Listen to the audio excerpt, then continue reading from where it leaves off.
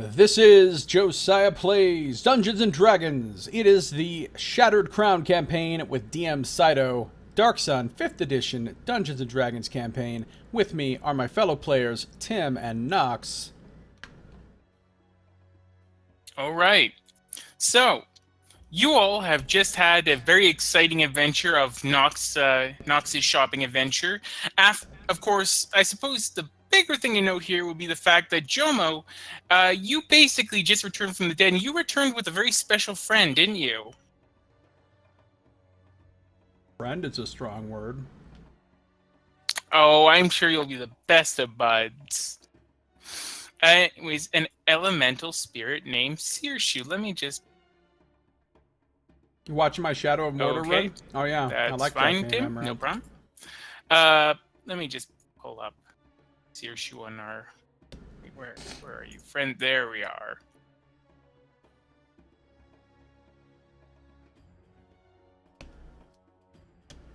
She's the elemental embodiment of a frenemy. Which, honestly, that kind of does sound like what Josiah wants in an ideal woman. If only she could stab him. Yeah, without that, it's a deal breaker. So is this the knife lady from The Dream? The... what? When Josiah had that dream about the wedding? Oh! That dream was awesome. I doubt it. I very much doubt it. I gotta send Tim the story of that dream. Oh, please don't. That story needs to be forgotten.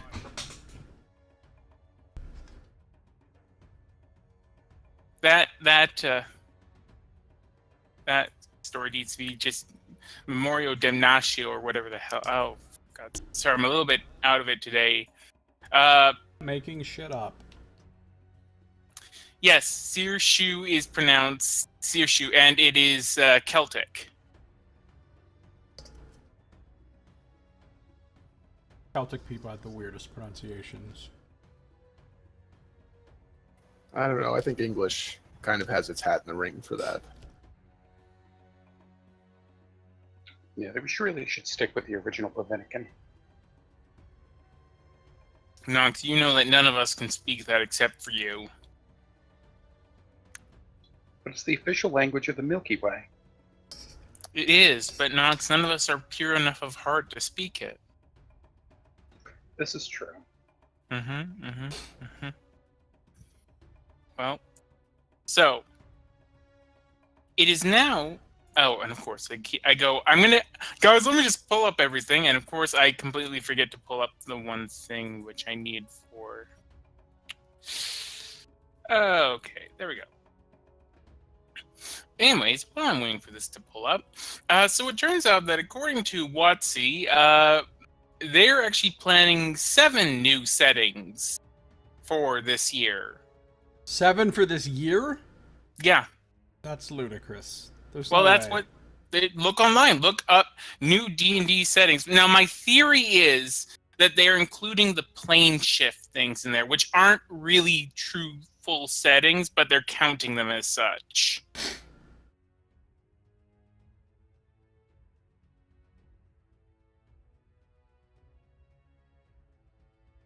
I feel like each setting at this point is going to be like a fucking 10-page pamphlet or something. That's kind of what the plane shift things are. That's kind of what they are. I don't even know what the plane shift things are. I don't know what you're talking about. They're basically, I think they're from Magic the Gathering, and they've made it so that now they're compatible with Dungeons & Dragons tabletop role-playing game. Really? You know, I'm surprised it took them that long to do that. Especially with 4th edition, which basically they tried to build a CCG with the rules. Except for without the C part. Yeah. Well, the first C.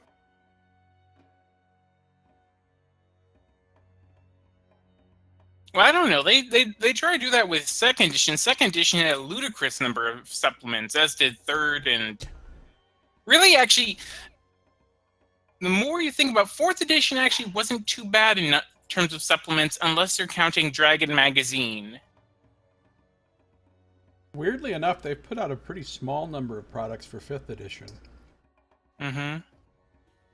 Well, maybe they are planning on putting out 7 full-sized settings for 5th edition, in which case then there's actually a very strong chance that they might be actually bringing in Dark Sun for 5e. I'm almost certain that if they are doing any settings, it's going to be Eberron's going to be one of the first ones they're bringing in, because that's the one that people wanted the most.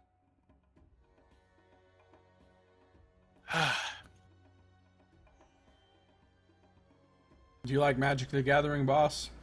Hey, thanks for the bits, you guys. Okay.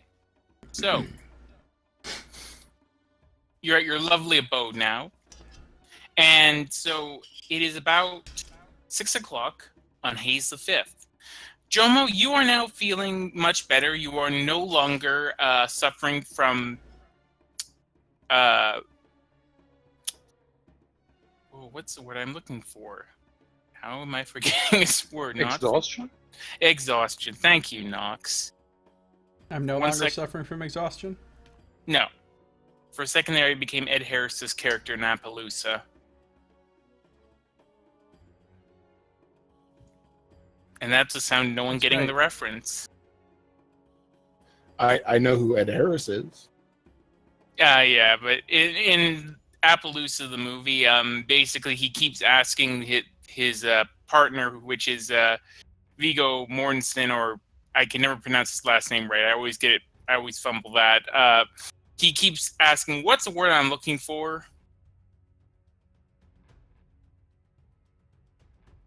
While Jeremy Irons tries to do the most disturbing American accent I've ever heard.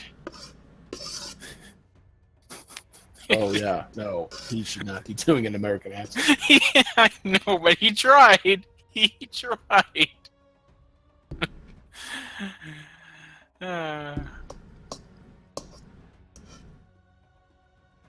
Okay, well, I think we had a summons to go see Ven, no? You did indeed. So do you want to go see Ven, or do you want to faff about? That's always an option. You know, I can never resist faffing about. Especially in this lovely place, which once again no longer has anything covering you from the... Well, I mean, it's now getting darker outside, so you don't have to worry so much about the sun shooting in. Now it's just, you know, the insects. Those lovely, biting, stinging insects. Everything about this world sucks. It doesn't suck if you're in the 1%. It really doesn't. It's probably the whole thing with Dark Sun is if you are in like the top 1% or 0.1%, you've got it better than pretty much any other settings top 0.1%. I don't know. Top 1% always has it good, no matter what world you're in. Yeah, but wouldn't you rather be top 1% on Earth though than here? Well, you could be a living god in the top like 0.00001% here, so Yeah, I mean, I'm pretty sure all of us are in the top 1% on Earth, and I would much rather be here than in the top 1% in this shithole. Because I think all of them are evil, right? Not all of them, but a goodly number of them are evil.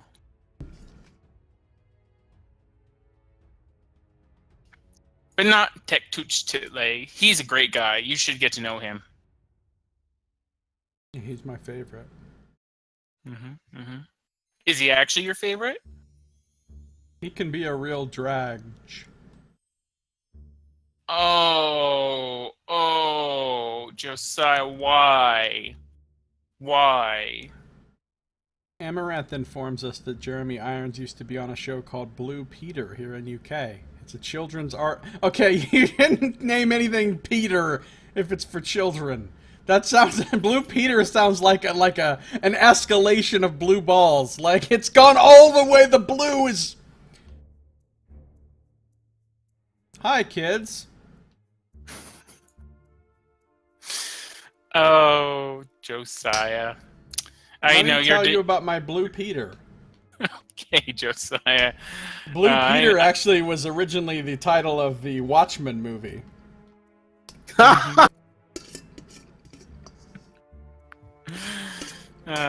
Josiah, he gets his hankles up whenever he thinks there's a competitor to Josiah's kids show out there.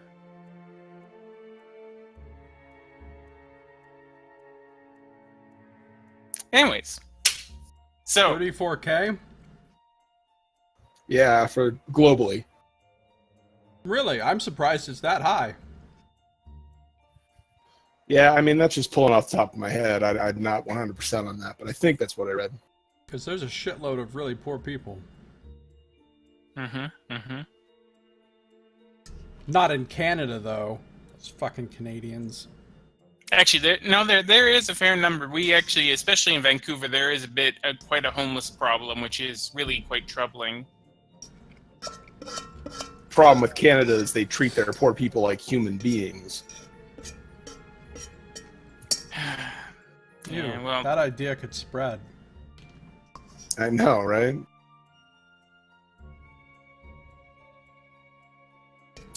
anyways, before we get into the depressingness of actual life, let's stay with the depressingness of this life here.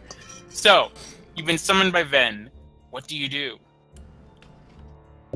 Sirshu, by the way, is right now, she's not present.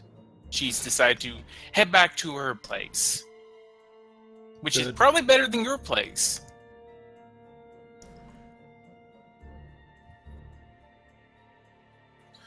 Well, Jomo, are you feeling okay? Ven has asked for a meeting. Jomo feel alright now. Ready to go. Okay. Yeah, so I will pack up things and head over. All right. Let's head back to the map of Tyr. So, you all get set up. So, you want to go right now, or do you want to wait until morning? First off, I thought it was early evening. Maybe we should set where we're at. it's 6 o'clock right now. Oh yeah, I imagine this guy has only been awake for like 3 hours. Yeah, I don't think this guy closes for business at 5 p.m. Okay. All right. Then you head over to Ven's place. And, 1 second here. Okay, so, yeah, as you're walking back to Ven's place, you go past that alleyway you did before, the one with the tiefling merchant, and, you notice something. The merchant's stall appears to be closed. Falling on hard times. That's a shame. Namely, there seems to be signs of several things that are broken on the stall and scuffle marks on the ground nearby. Bad economy and prone to accidents, so this guy just can't catch a break. Yes, and looking closer, there's also bloodstains that are clearly visible in a nearby alleyway.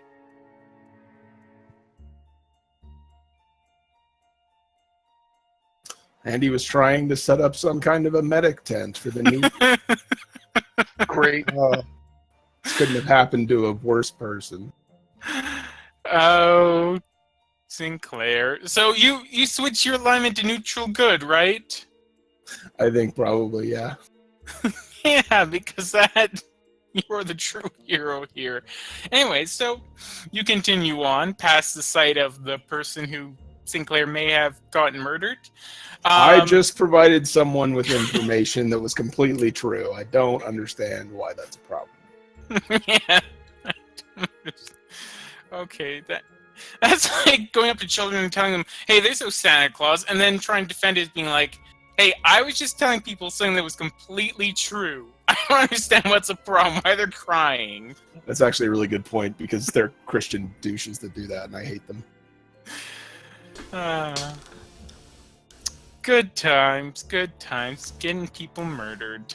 But it's like doing that if Santa was a complete asshole. Look, If I ever have kids, I'm going to tell them right out the gate there's no Santa Claus. I'm going to tell them to tell all the other kids, too. And you're doing this to create evidence so that adoption agencies will never allow that to happen. You know that, right? If that was a basis for whether or not someone should be a parent, that's the most asinine basis I've ever heard. Refuses to lie to kids.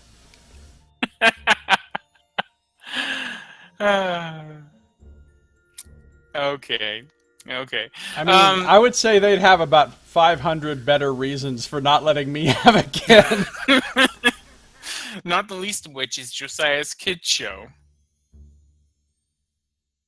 Rather ironically. Left the water Alright. running. So, as you continue to Ven's place, yeah, you wouldn't be hearing anything much. So, you head in and knock on the door, I imagine, right? Yeah. Okay. You hear a grunting from inside. Like a questioning grunt. Sinclair will say, Ven sent for us. You hear another grunt that appears to be an affirmatory grunt as you hear the door unbolting. And then cracking open a little. All right, I will Go head in. inside. All right.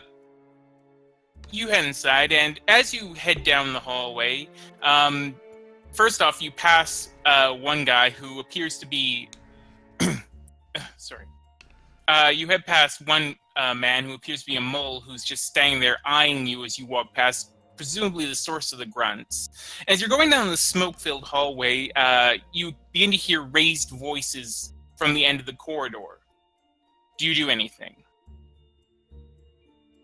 In the direction that we're heading? Yeah. Maybe pick up the pace. Okay.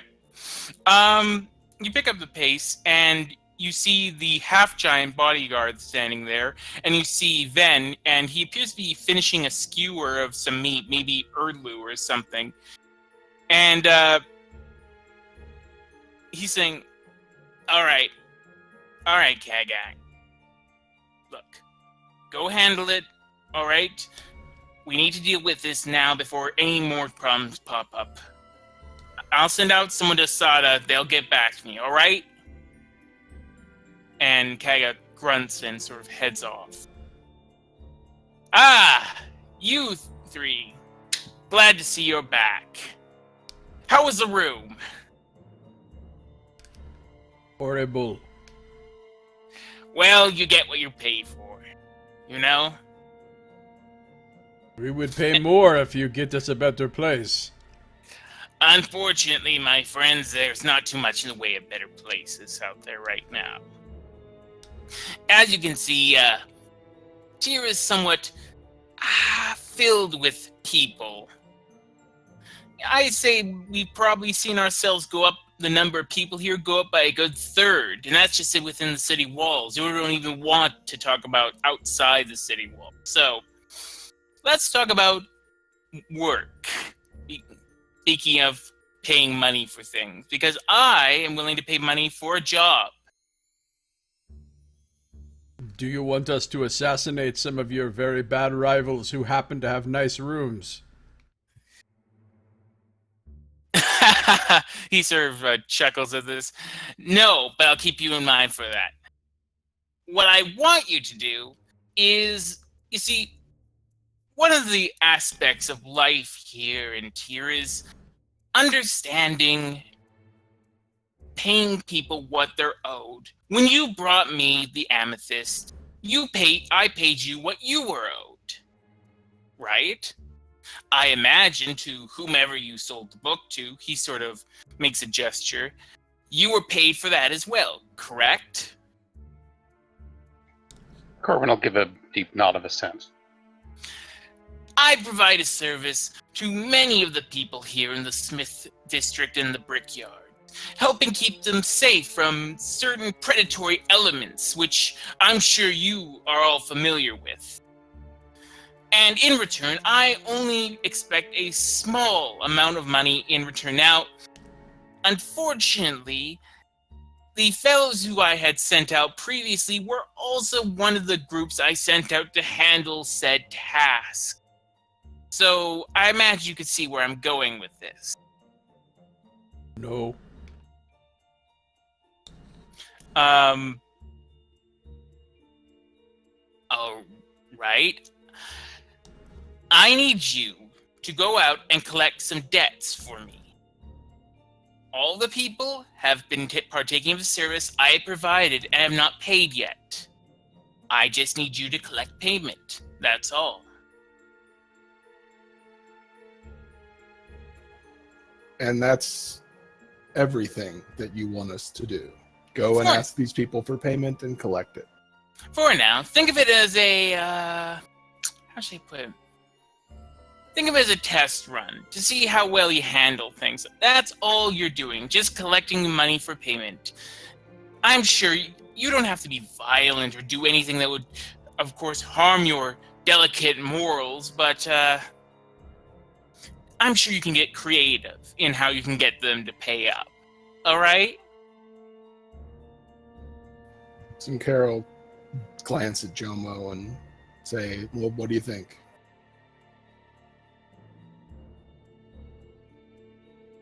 As I said before, he's the one with the ultimate say. Okay, this freaking thing keeps getting stuck on this particular music, so I think I'm taking this out of the playlist because for some reason it keeps getting caught on this song, even though I love it because it's the Greatwood theme from Fable. Love it so much. Goodbye, Greatwood theme. Get that Fable shit out of here. I felt it 3-2ing up the game. Jomo's like, okay, we can do this. Excellent. So, let's go over the people that I need you to collect from. There's 3 people in this market stalls area, as well as 4 shops that owe me payment. The stalls are Durgal's stall, Benrick's stall, and Mapinok's stall. In terms of the shops, that's Balasar's Bazaar of the Bazaar. He sort of waves his hands. Curl Up and Die, the Cutting Room, and the Arena Row Warehouse. And I will mark all these on your map.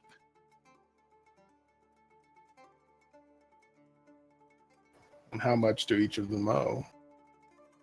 Just one sec, let me get these marked down.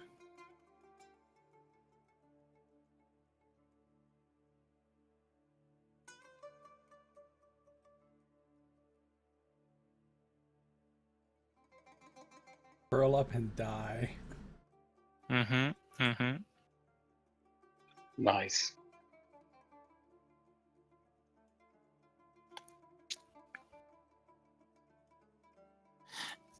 I have a list here which has the names of the owners as well as the payments required. He slides a small scrap of paper across his table or desk to you, which has all the payments. It looks like that Durgal owes about 1 enamel piece. Benrick owes about 7 slate pieces. Mapinok 5 slate pieces.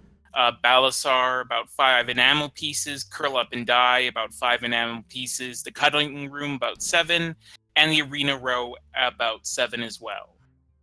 7 enamel? Yeah.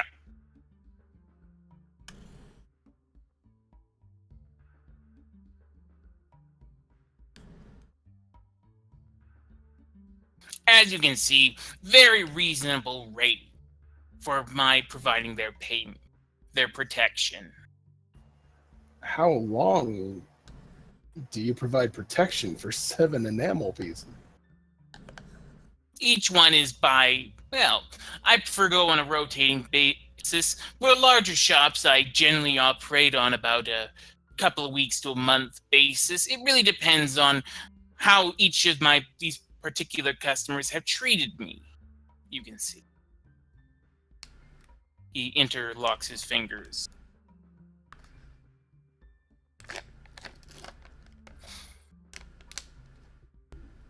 Okay, well, we'll get started. When do you want this done by? Ideally done. Let's say you don't have to do it tonight. Some of them will have probably locked up by now. Let's say have it done by 5 o'clock tomorrow morning. Tomorrow evening. All right? Bring the money to me, and I'll pay you. He sort of looks over his head. I'd say a fair starting price for a hireling for such a venture would be about 10 enamel pieces.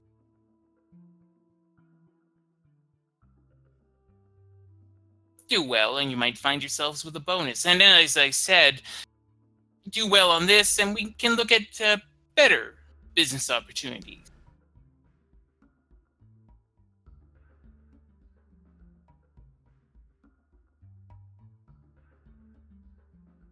Okay. And what about that question? Which question? The question I sent you on my note with your runner? Crap, remind me what the question was? Yeah, I was bluffing. I don't remember either. I just remember that I asked him something. I mean, I know there was a work with a question mark at the end of the note. Oh, right, I think it was you were asking about prismatics or something? Right. Right, okay. That. That's... Is that like some kind of crystal? I really don't know anything about that sort of thing. I'll tell you what. Do a good job on this.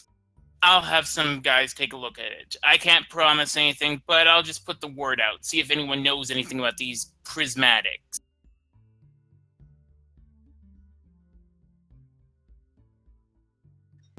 Fair enough. Your information network has helped us once already.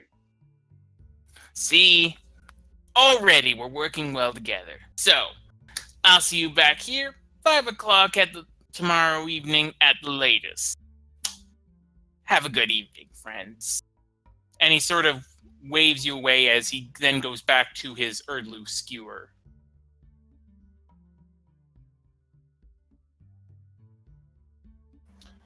Scito, I don't see on the map where the actual tents were. Or Oh, the stalls, rather. Brickyard smart kid stalls. Oh, okay. Thanks. Yeah.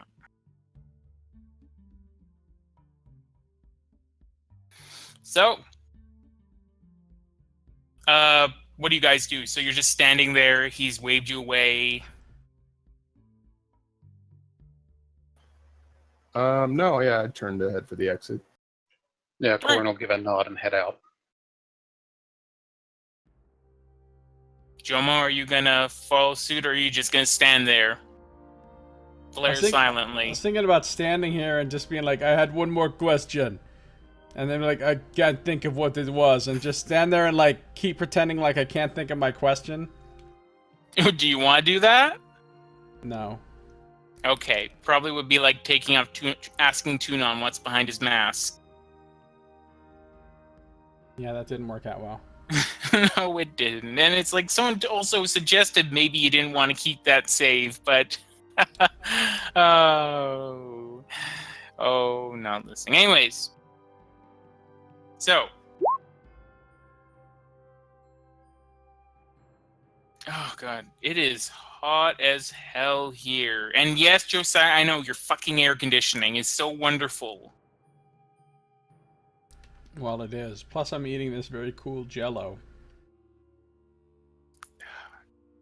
It's 4 o'clock in the afternoon. It's already 29 degrees. The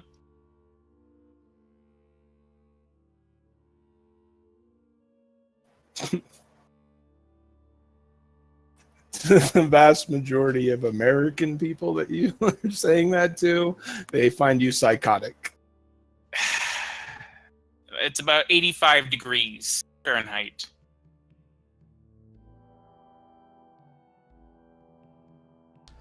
So I'm pleasantly warm, at least for me.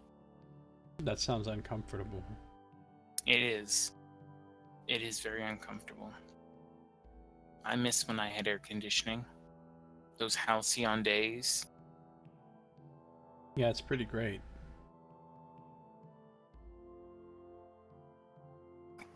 All right, so when we get out of Ben's place, Sinclair will just say, well, should we make a round and see who's still open tonight, see what we can get taken care of here? Whatever you want to do. Don't I get a say in things? And a familiar sort of Jomo, off of you, there's sort of like this aura that builds up as this shape sort of moves off of you.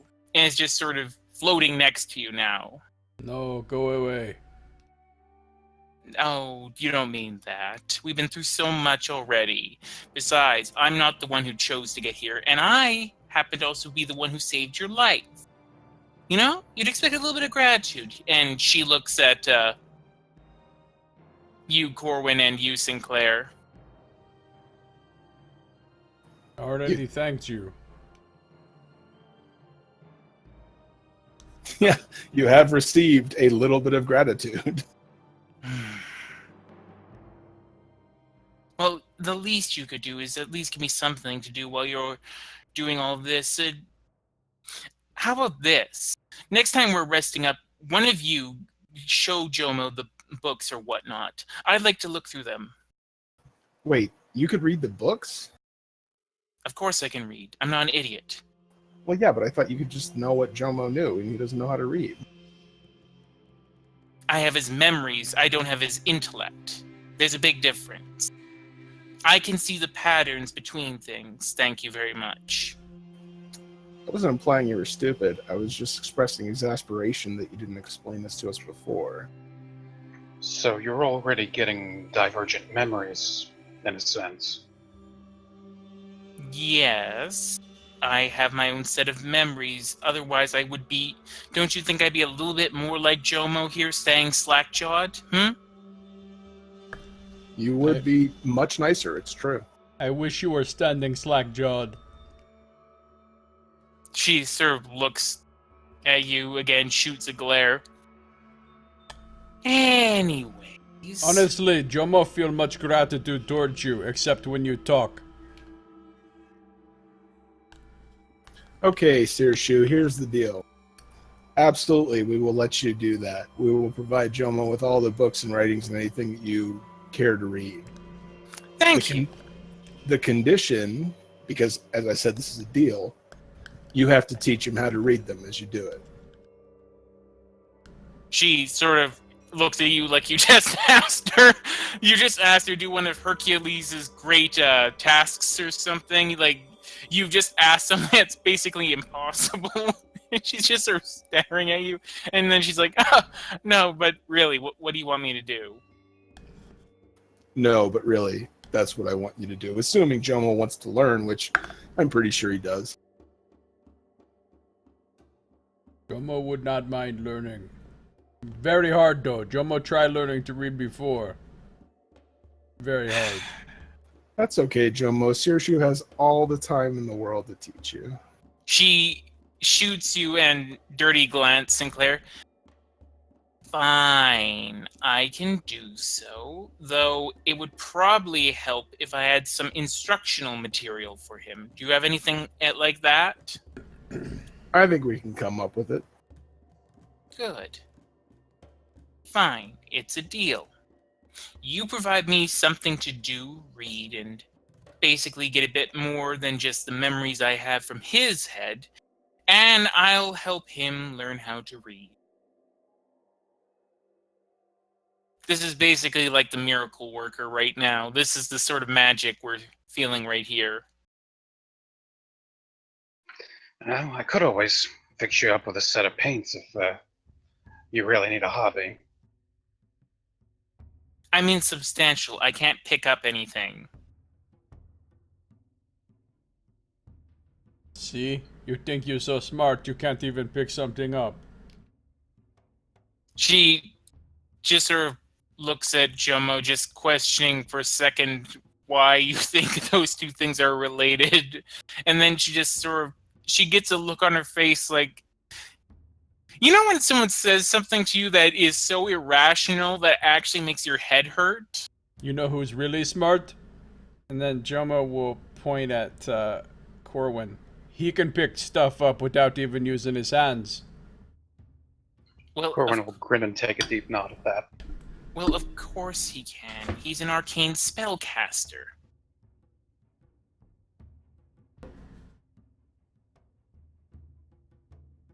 Yeah, that's of course something which you should have also realized there.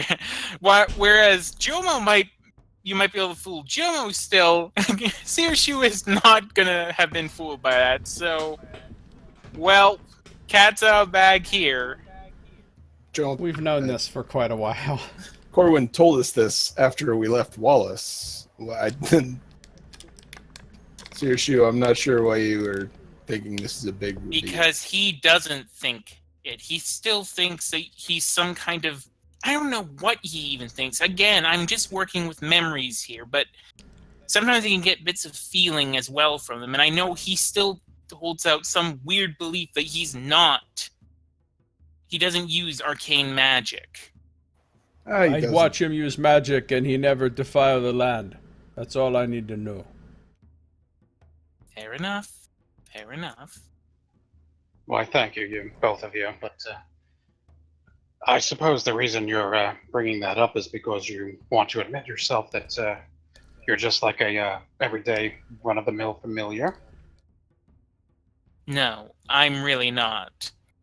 For one thing, your familiar, if you bring your little familiar out and it gets its head stomped on, that's that familiar until you manage to get it back by resummoning it. I don't have to worry about that sort of thing. Second, I'm fairly certain I'm much, much, much more intelligent than your familiar, nor do I have to listen to what Jomo here says. Barring, and she sort of says this grumbling under breath, barring a certain couple of commands. I'm going to try to concentrate on making Saoirse go away. Okay. I'll say make a insight check.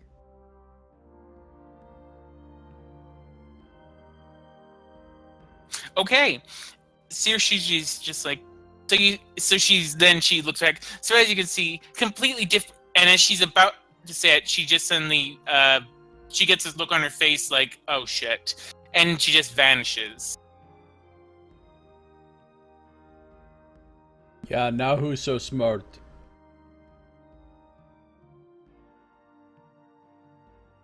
Did you do that? Jomo do that. All right, so our walk will be nice and peaceful. Let's head to this first warehouse here. Excellent. But Jomo, do you have any possible memories about any sort of workings of familiars at all? No. I find it a little strange that she happened to know a lot about how they work. Well, it seemed like she knows stuff that I don't know. She just also knows what I know, I guess. I mean, you could summon her back up and ask her. I'm sure she'd have a lot to say. Just a little food for thought, so to speak.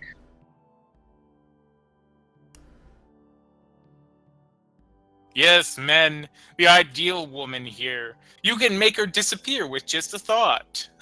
Oh, misogyny. Okay. Uh-oh. Scito's gonna get me too'd, guys. Yes, because as we all know, I am the very image of the patriarchy. Why would I want to make the ideal woman disappear? No, I'm just... the running joke of basically what I remember there was this comedian who said that basically, what was it, like, men, we don't want to be by ourselves, but we want to be alone. You get what I mean? Like, they could be having an event somewhere or something, and we're cool with that. Which to me just actually said a lot more about that particular guy's view of relationships with women than anything else, but you know. Okay. Actually, so Sinclair's like, I was gonna say, do you guys think the Wanderer's Chronicle is still open? I would imagine so. I actually hadn't been back there since we last talked to him. Well, let's go there and get that book that Searshoe mentioned. I don't want her wriggling out of this requirement. All right, let me just see how long that's going to take y'all to get there.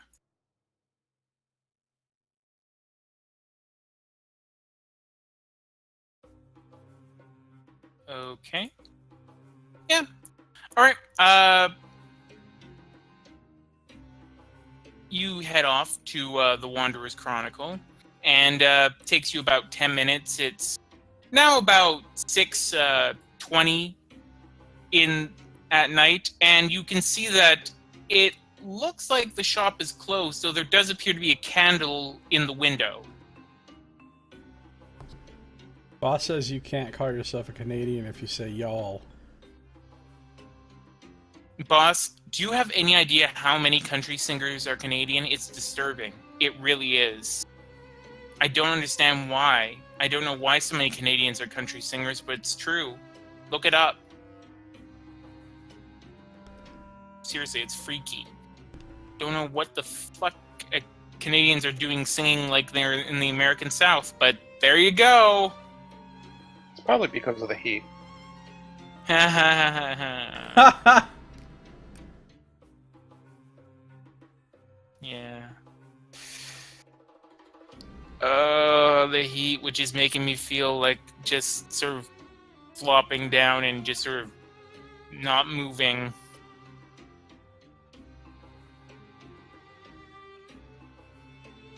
A weather advisory. Thank you,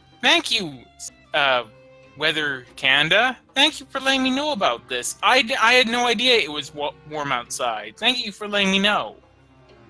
They give you an advisory that it's warm? Yeah. I mean, okay, that's a good thing, but 85 degrees? I get that it's uncomfortable, but... Well, you also have to consider... Hold on, I gotta head out. Okay. Yeah, I imagine it's like a heat advisory thing. I think it's like the 90s before they actually do that here. Or if it's particularly humid. Well, you have to remember, it's normally not this warm here. I mean, again, it's not... In Vancouver, we're very temperate. We don't get much snow. We don't get much... We just get a shit ton of rain. As I said, we have two weather types, beautiful and rain. Those are our two weather types. Right now, it is beautiful in terms to look at, just not pleasant to be outside or inside or anywhere where the heat. The second thing is that the relative humidity is somewhat higher here than I imagine it is for... I think the humidity today is something like 42%. I hate humidity. Plus, I'm relatively close to the water. I mean, we're talking inland. Then you're going into the low to mid 30s. Boss says hot rain is nice. Hot rain is nice. You know, boss, I've experienced hot rain a few times. Never actually in Vancouver. It was only when I lived in the States for a time, and I can say that I did not particularly enjoy that experience. Because then I was just warm and miserable. It also didn't help that those times it was also freaking lightning and thunder like crazy. I like lightning and thunder. Yes, because they're such wonderful things. You know? Oh shit, power's been knocked out. That sucks. Yeah. Yeah, it does. But apparently Josiah here, he's down with that. Not that part. Okay. Yeah, it makes you feel powerless when that happens. Oh god.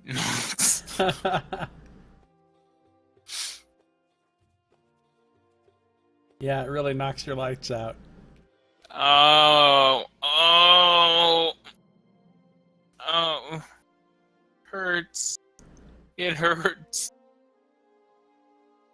Yeah, no, I mean, it leaves you feeling like you're in the dark as to when it's actually going to come back. Okay, is this like recompense for making the rat in a rock pun earlier? That was good. I like that.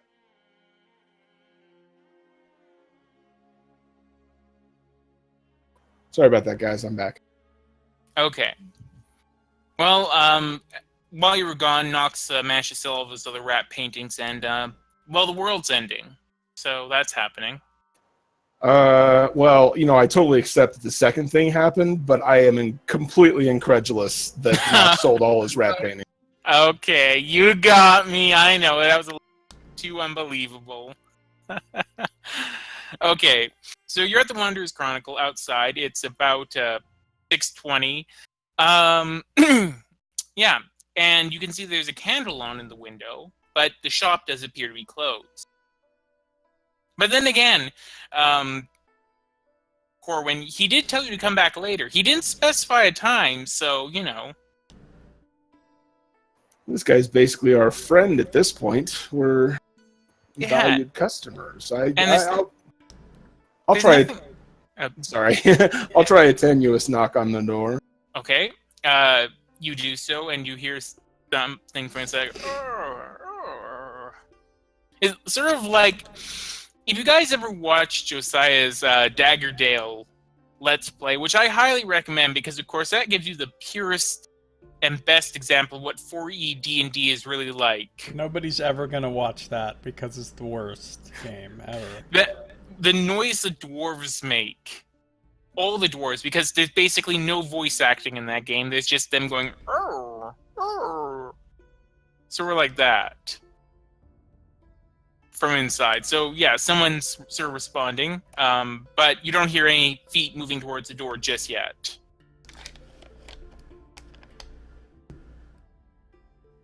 I imagine we would wait a moment longer. Okay. Make perception checks, all of you.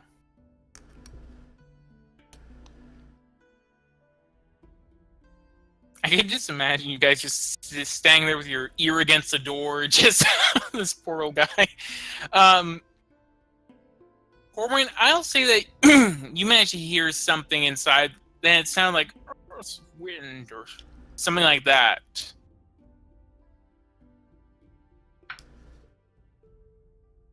Okay, yeah, Corin will go ahead and knock a little louder on the door. Okay. Or not louder, shall we say. Well, once you get the knock spell, then you can knock the loudest possible. Well, that's true. I mean, I was considering making a minor illusion of a knock, but figured that would not be a good idea at the moment. It's true, he does. Oh my God. Nox, you've become the pun. You've ascended. This is your apotheosis. You become the pun. Indeed. In homebrew, I am homespun into a pun. Wow. He is ascended. It's just a harmless little pun. It's really quite innocuous. Oh. Anyways, so this time you hear the sound of feet shuffling towards the door, and you hear a voice from inside. Hello? Who is it? It's Corwin and Company. Come to see you. Oh, well, it's a bit late, but I suppose. Just 1 second, please. And you hear the sound of latch being undone and the door basically being unbolted. And the door opens up, and you see Tan Al-Hazred standing there, just sort of still in his day dress, but he was looking to bed down relatively soon. Yes, hello, I'm glad to see you're back. And you too, you're looking much better, my friend. He looks over at Jomo. Thank you.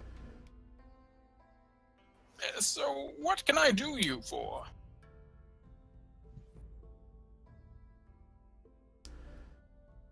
Yes, sir. Apologies for the late hour. Just wanted to. We had a recent request for a book that I believe you have in stock. So if it's not too much trouble, we'd like to confirm that and then purchase it from you. Oh, all right. I tell you what. You three can. It's getting a bit late. You three can just go look through the books and try and find the one that you're looking for. And Corwin, he sort of looks at you. You, however, we can talk privately over here for a second. Oh, certainly. Yeah, Corbin, why don't you talk with him and I'll go grab the book. I think I saw it over here, and Sinclair will wander over to the shelves. Excellent, thank you. And Corwin will head off with him. So, as I said, I may have had something for you. You see, I also have had some, let's say, experience in certain realms of magic, not simply literary ones, you see. And as he says that, he sort of moves his hands from side to side, and you see just sort of this shimmering light pass between them. Corwin will smile and give a nod to that. Yes, I got that impression when we were here last. So, as you can see, I have a few more things that a discerning customer like yourself might be able to make use of, and I have a good feeling about you, so I'm going to open up a bit more of my stock to you. And he sort of motions you over to an area near one of the bookshelves where there appears to be a small door. Oh, okay. Yeah, Corwin will go ahead and follow and give his thanks. All right. He opens the door, and inside you see a small not small, but a collection of books and texts that appear to be things such as arcane foci, as well as some texts regarding on various matters, such as texts on arcane matter. I should just say just various texts on arcane matters, spell books that appear to not have been filled in yet, things like that. If you have need of these, my friend, I would be willing to. Of course, I am afraid I can't offer them for free, but at no greater cost than you would find for other such books in my store. And so let me add a book actually to the to his shop list. 1 second. Doop. Doop. Doop. Just sit a while and listen while I handle this. Alright. I want to say that so much, but sadly, that technically there's another character who's really more that sort of thing. Nox understands. I do. Alright. There we go. And yes, so he's added a new book, and they're Echiardi's Notes on Arcane Magic. The book appears to be there's a symbology on the side which suggests that it's probably from the archives of Tyr.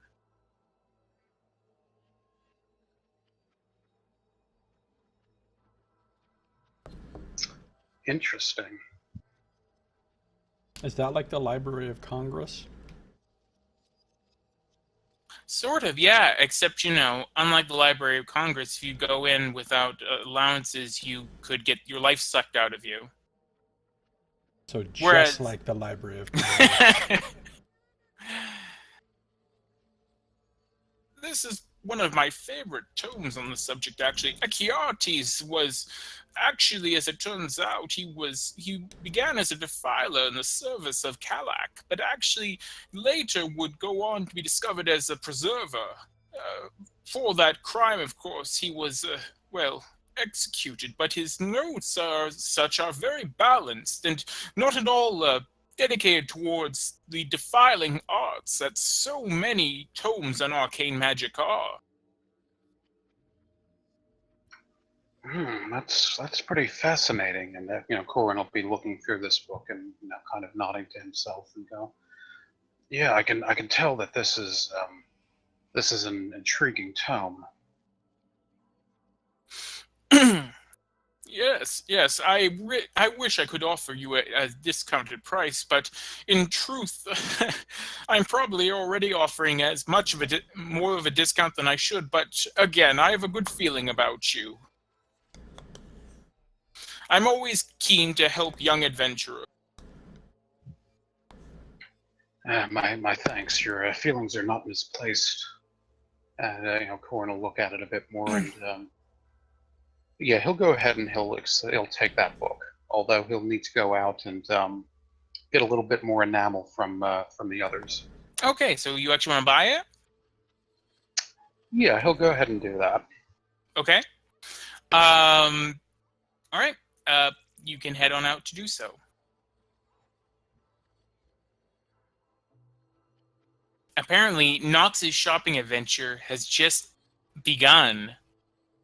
This is true. Part 2.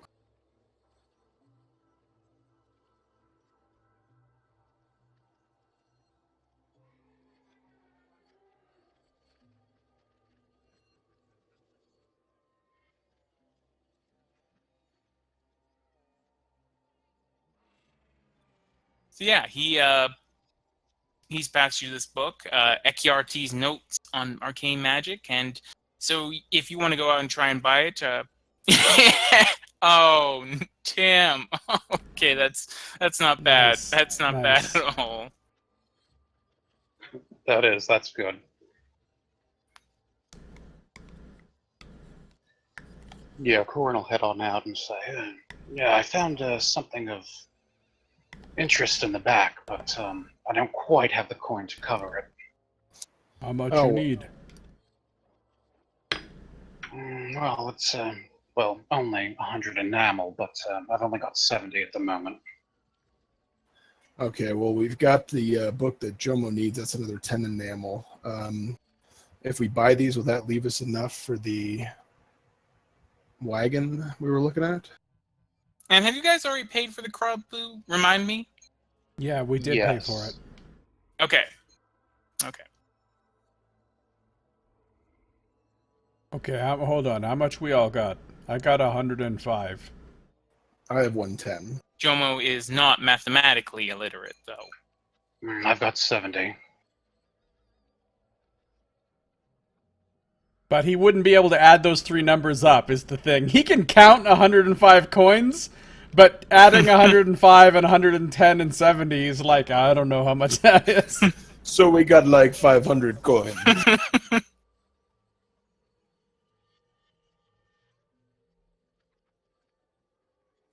How much was the wagon? The covered one. The covered wagon would be... Wait, I'm the wrong thing. That would be mount equipment, I should say. Yeah, the covered wagon, if you're going for the 1,000 pound one, that would be 30 enamel pieces. Oh yeah, we're good then. Yeah, we'll be a little in the hole, but you could buy some of these other books. You could buy the lore books and learn more about the lore of Athos, because I've actually written things for those. Wait, it's 100 enamel for the book you want to buy? Yeah, it's 100 enamel for that Arcana book. Yeah. Yeah, total we have what, 280, 275, 270. 285, something like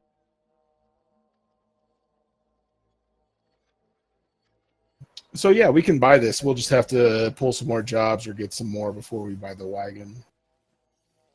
The wagon's only 30, we said, so... Yeah, it's 35. Oh, I'm sorry. I thought he said 300. Oh, shit. No, we'd be screwed. Yeah, that'd be an expensive-ass wagon. I was looking at the gold-plated wagon. Yeah, I guess we it's could go with a wooden one if you guys want to slum it.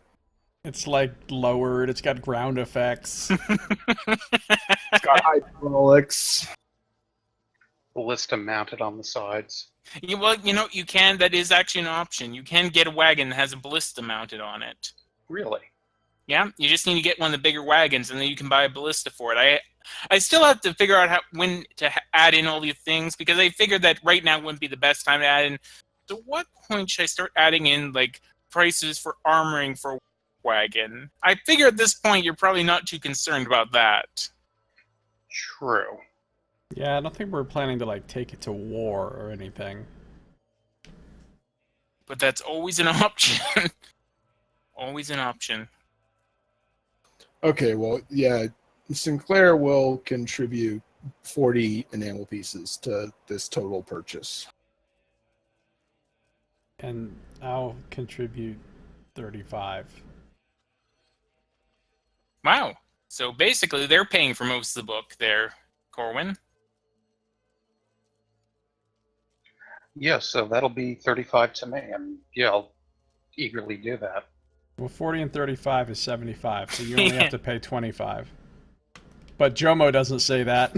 Well, I'm assuming that's also the 10 for the Oh, the 10 The for the other common- book, right. yeah, the common yeah. Josiah, you're more like Jomo than you thought. Well, I wasn't talking about that book. I know, I'm joking. Don't worry. Okay. So, and do you want to buy any of the other books?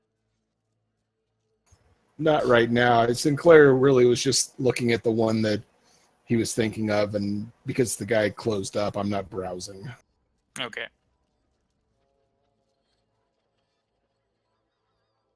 And you two, I'm assuming it's the same. Don't want to buy any of their books?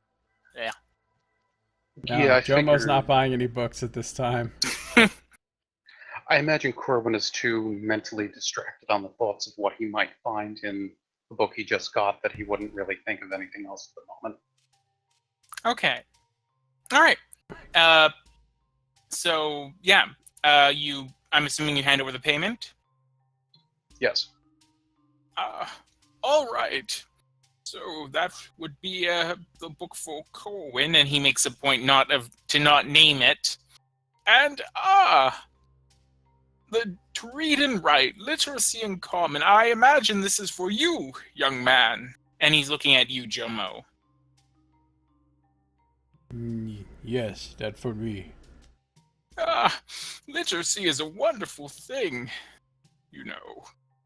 Scito, Sinclair will be, just like out of the corner of his eye, trying not to be obvious, but I will see if I can't catch a title of the book that Corwin's buying. Okay, make a perception check. No, I do not. no, you don't. It's a bit dark right now. He's only got a couple of candles going, so you don't really catch the title of the book. The fuck is Venmo? Venmo's. You don't have Venmo? No, It's never even an heard app of it. on your phone that you can easily transfer money to people that you know without paying any fees or anything like that. It's linked to your checking account. Can't you just do that with PayPal? Well, yeah, but they don't have. I mean, Venmo is basically PayPal's mobile phone app. I It's the see. same company. Oh, okay.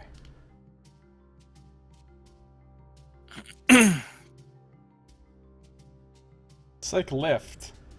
Like, why? Right. There's already Uber. Yeah, because everyone knows there should only be one company for everything. Monopolies are great. They do. They work out best for everyone. Yeah. You don't have to have the confusion of deciding who to patronize. Yeah, it's true. I mean, it works that much better for the workers and for the consumer. I mean, when you think of trust companies to just keep their prices reasonable if they have a monopoly. Yep. For more information on how trustworthy companies are, play the game Syndicate. Or basically just Now watch you're any. just making up games. I'm not. Actually, several games that were Syndicate, they were RTSs back in, when was that, like the 90s? And they very recently, they came out with a, yeah, it's true. True, Nox. Sind, I'm sure, does Sin does play a big role in those games, but no. They very recently, Starbreeze Studios, the guys who made Chronicles of Riddick and the first Darkness game, they actually also made a game about that. It had Michael Wincott in it, who I love because he has an amazing voice. It also has Rosario Dawson, I think. She plays one of the characters, and what is his name? Brian Cox. Brian Cox plays the CEO of Eurocore, or at least one of the executive officers of Eurocore. With his mild Scottish accent. Yeah.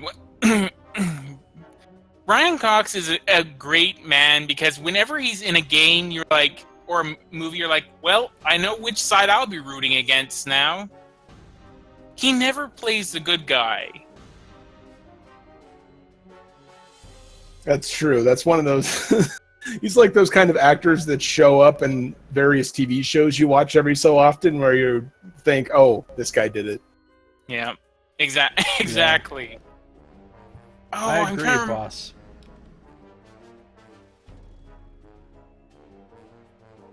If Jomo was gonna buy a book, he'd buy The Four Spirits, but he's not gonna buy a book.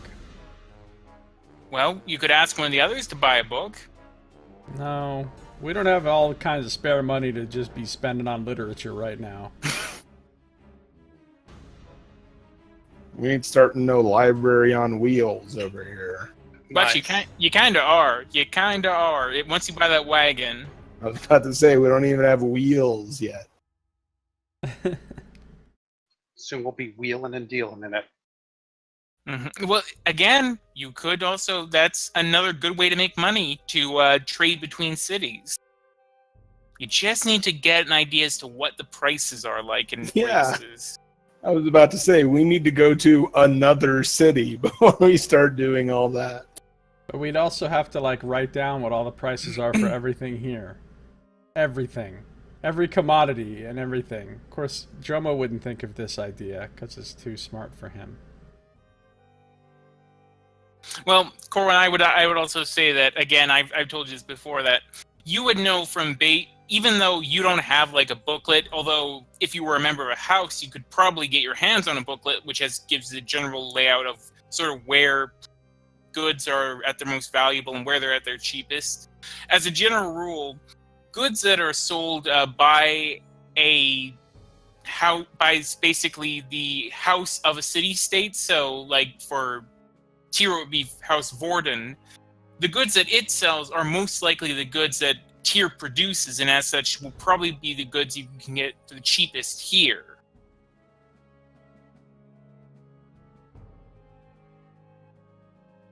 Likewise, other houses in Tyr are probably going to focus on the goods that Tyr does not have a lot of. It wouldn't make much sense to go to a place that produces a ton of hemp and then try and sell your hemp there. True.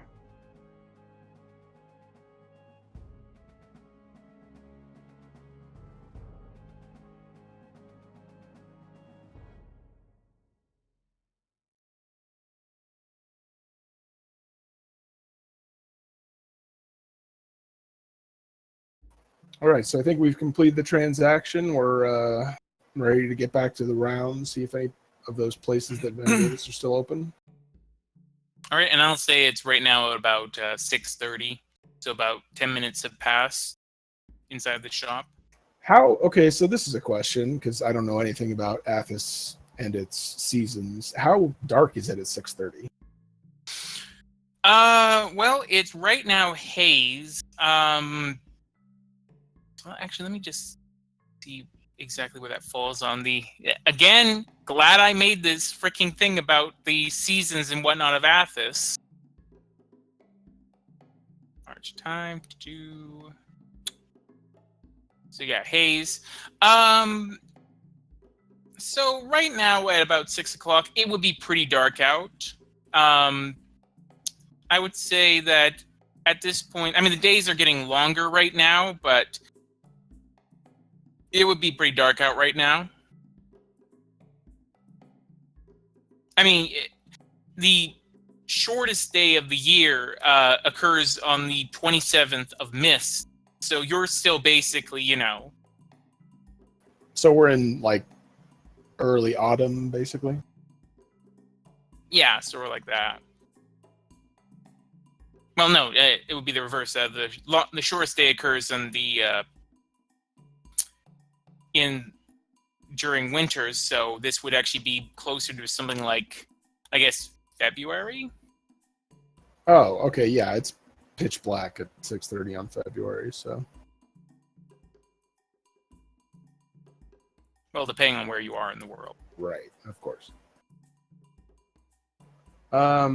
Yeah, so what do you guys think? Should we call it a night or see if there's anything else we do? Do you guys have anything else you need to do? Go back to Shadow Square, visit another bar. I mean, I'm sure the Midnight Sands would be a really nice place to revisit.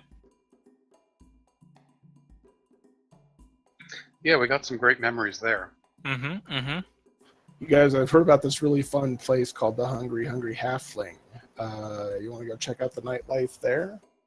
Sounds good. Are you seriously going to go to the Hungry Halfling? Jomo speak halfling. I do too. Oh shit, are we actually going to go to the Hungry Halfling? I mean, even not getting the reference, my character would be super intrigued by what that means. So yeah, I'm not 100% joking. I would have thrown that out there. Oh. Is there anything in the travel guide about it? I would say no. I would say it would reference it in passing, or not so much that even. It would probably not really make much reference to it. It just say it's someplace near Bard's Quarter. So, You guys look at the travel guide. It says it's near Bard's Quarter. Bard's Quarter sounds like a great place for the nightlife. Bard's Quarter sounds horrible. You The might run place into where nightmares are made. Why do you hate song and dance and festivities? Well, all of you would pretty much know that Athasian bards, again, they're much better known for poisoning and stuff like that. I mean, again, not all Athasian bards are the poisoners. Some are, like our good friend Luku Luko, I should say. They are actual, just basically minstrels, but other bards are basically like Orlesian bards in Dragon Age, and they're stabby and kind of edgelordy. Oh, okay. Though, in fairness, you could probably get a pretty damn good drink there. Also, Plus, we could run into that one fucker again. And Well, no, that's the thing, is that we ran into that one fucker at the main tavern area. This is an off-strip tavern area, basically. So maybe he's not there.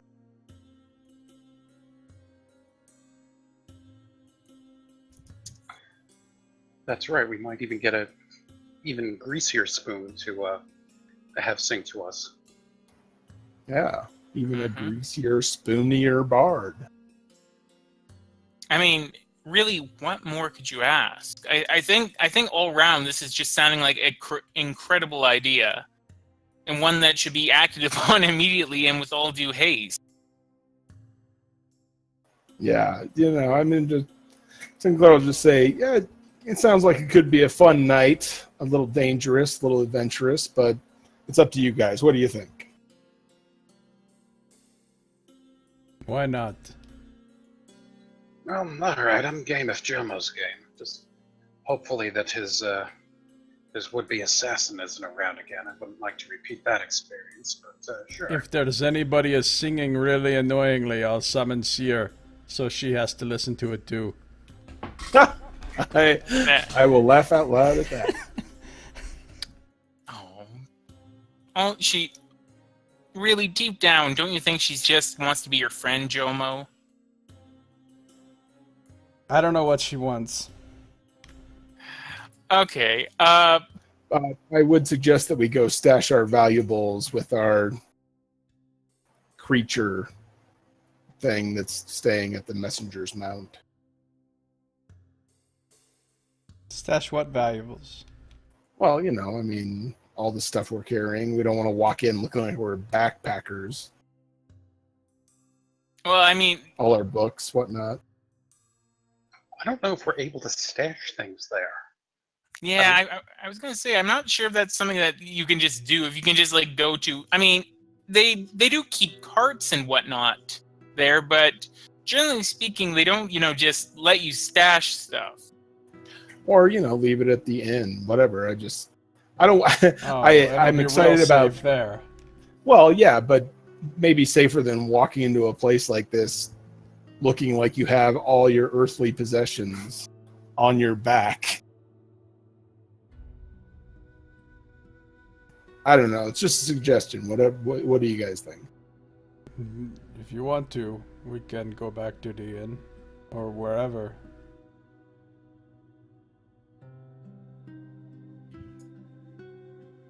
Well, again, it's completely up to you guys.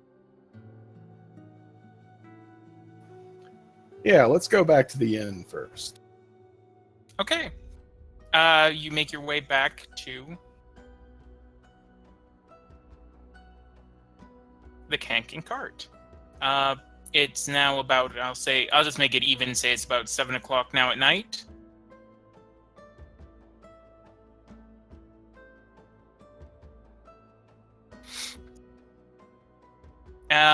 Right, you all have had your food and drink for the day, except Jomo, you would need to have you're gonna have to have an extra thing of water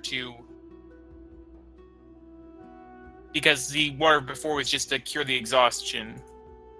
And I actually haven't counted off my water or food for the day yet, so Okay.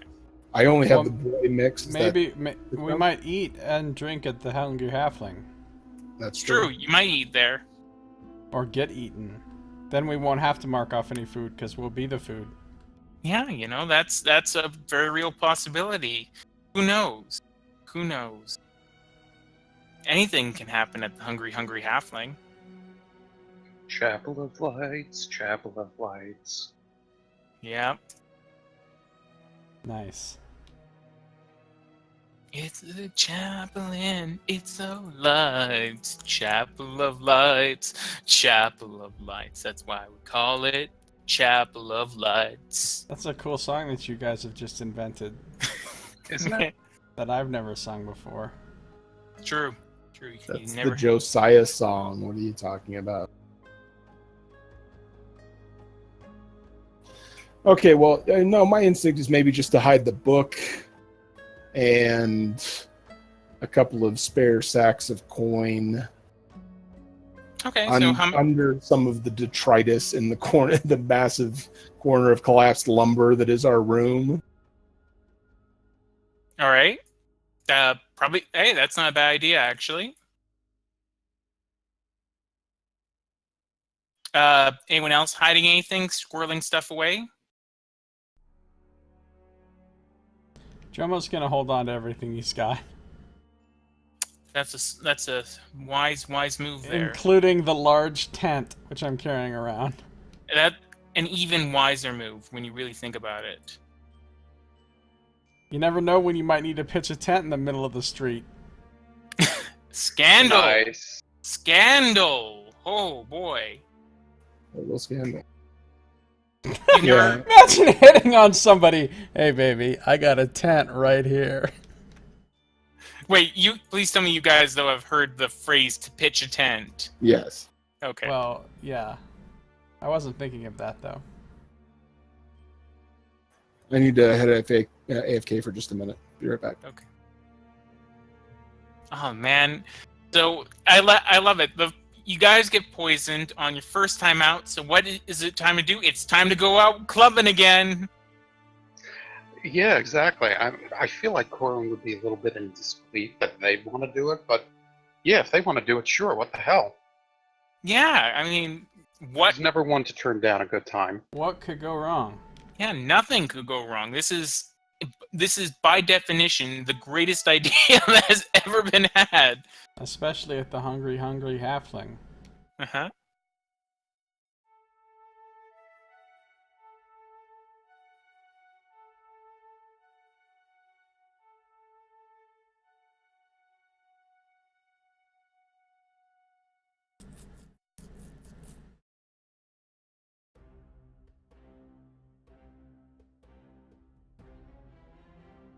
It's fucking mosquitoes somehow. Keep getting into my apartment and eating me. Well, that you know, you just made me feel better because that is something we have not been having to deal with here much. Mosquitoes. Yeah, I'm back. Sitting here in the perfect cool temperature with mosquito bites. Yeah. Unfortunately, the mosquito bite don't give a shit about that air conditioning, do they? They don't. Yeah. They don't. Mosquitoes don't give a fuck.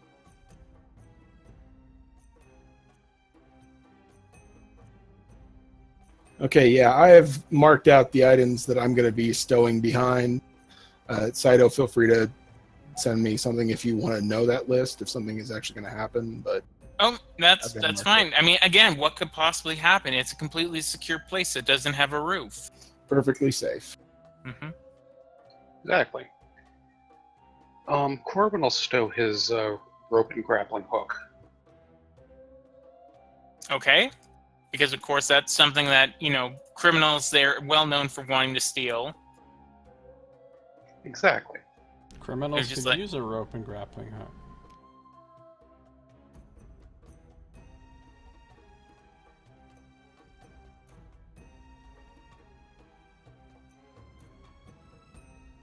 It's kind of like opening a safe to reveal that it was hiding a safe crackers kit.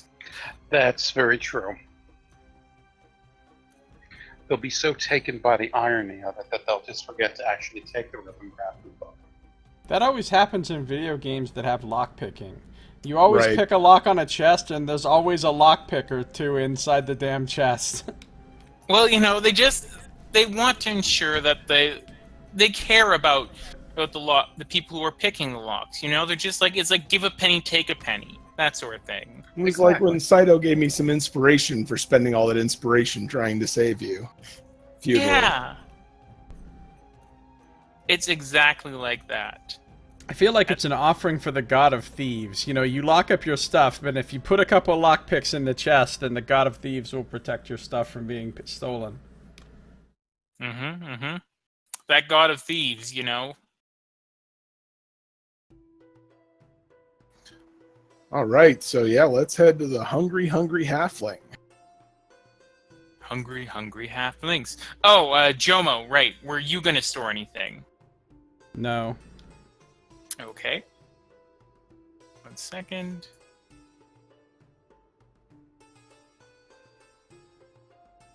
Alright. Let me just see how long this will take you to get there. Yeah. We're gonna go through the ziggurat. Yes, you will go straight through the ziggurat. Boss Pie really wanted us to go to the quote-unquote Rainbow Pyramid today. That would be a great idea, boss. That could only lead to good things happening to the party. There's probably some good shit in there. Probably. But again, people have gone in and they haven't been coming out. Well, that's Okay. why Because there's some good it's so shit. it's so awesome in there. Alright, it's going to take you about half an hour to get there. They probably make it rainbow in there. Oh. Make it rainbow. Oh. Nice. That's awesome. Okay. You go in there and there's like this fucking sweet ass spa. Yep, that's exactly what it's like in there. Again, these are all completely correct things that are right, and there's nothing wrong here about what any of you have said. Yeah, and after you're done with the spa, there's a free teleport off of the most horrible world that D&D has ever created. Mm-hmm. Mm-hmm. These are all...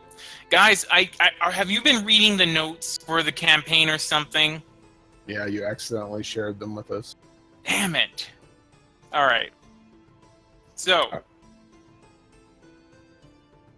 You head over. Hungry Halfling, here we go.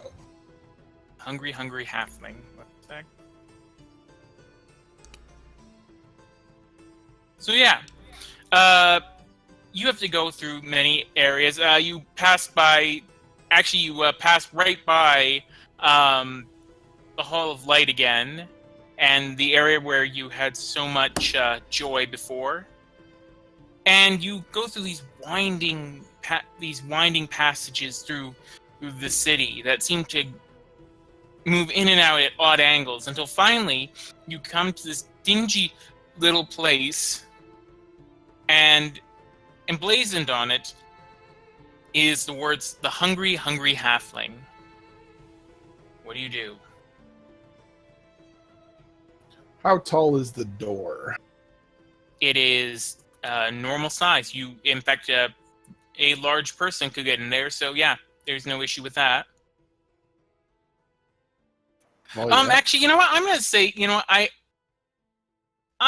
say, Corwin, though, make a history check before doing this. Okay. Okay, Corwin, I will say that you have heard a bit about the Hungry, Hungry Halfling, and you know it has a bad reputation. There's something about this place that is not supposed to be safe.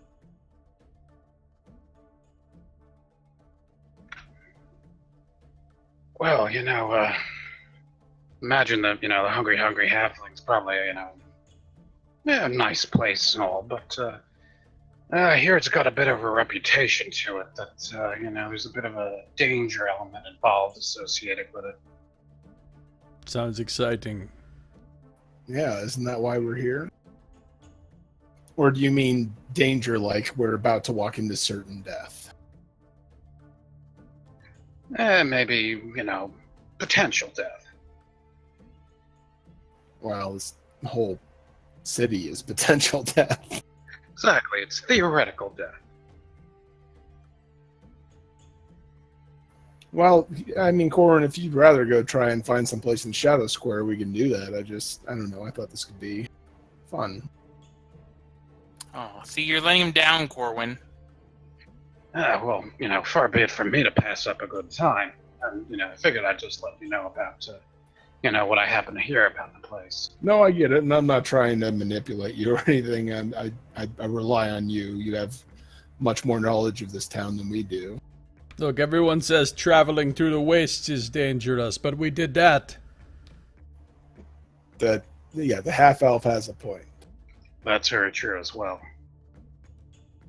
I suppose this would be more of a urbane danger, so to speak. I imagine the denizens of the hungry, hungry halfling, they don't know nothing about Arthas. Yeah. All right. So you're going in? Yeah. All right. You enter into the building, and you're immediately struck by the pungent scent inside. It's the smell of meat that has been cooking a slight bit too long, and all around you are tables filled. Well, not filled, but you see tables with plenty of people. Each of them seeming to be all eating around the same thing, usually like a stew or a kebab or something like that.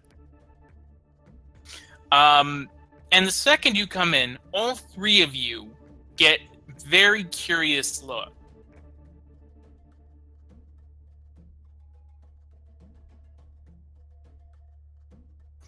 Sinclair will raise his hand in greeting.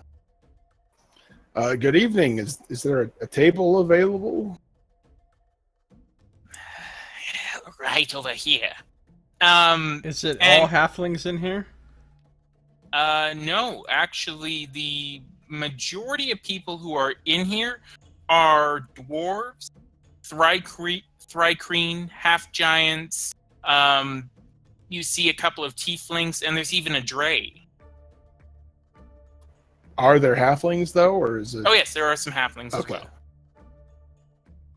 Because that would be weird. The hungry halfling. No halflings allowed. Yeah, this is a halfling-free zone.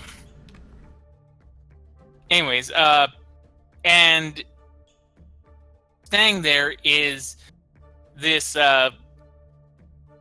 thrycreen wearing a green vest. Let me show you to a table. Are you here to sample the menu? I, for one, was hoping for something to drink. Of course, of course. And something to eat. Yes, yes. Something to eat indeed. Come right this way. And the Thrycreen sort of leads you past the table. Again, you're getting a whole bunch of odd looks, especially you, Jomo. You, in particular, are getting a number of odd looks. As you're all... There's no elves in here, is there? No. No, there's no elves. Okay.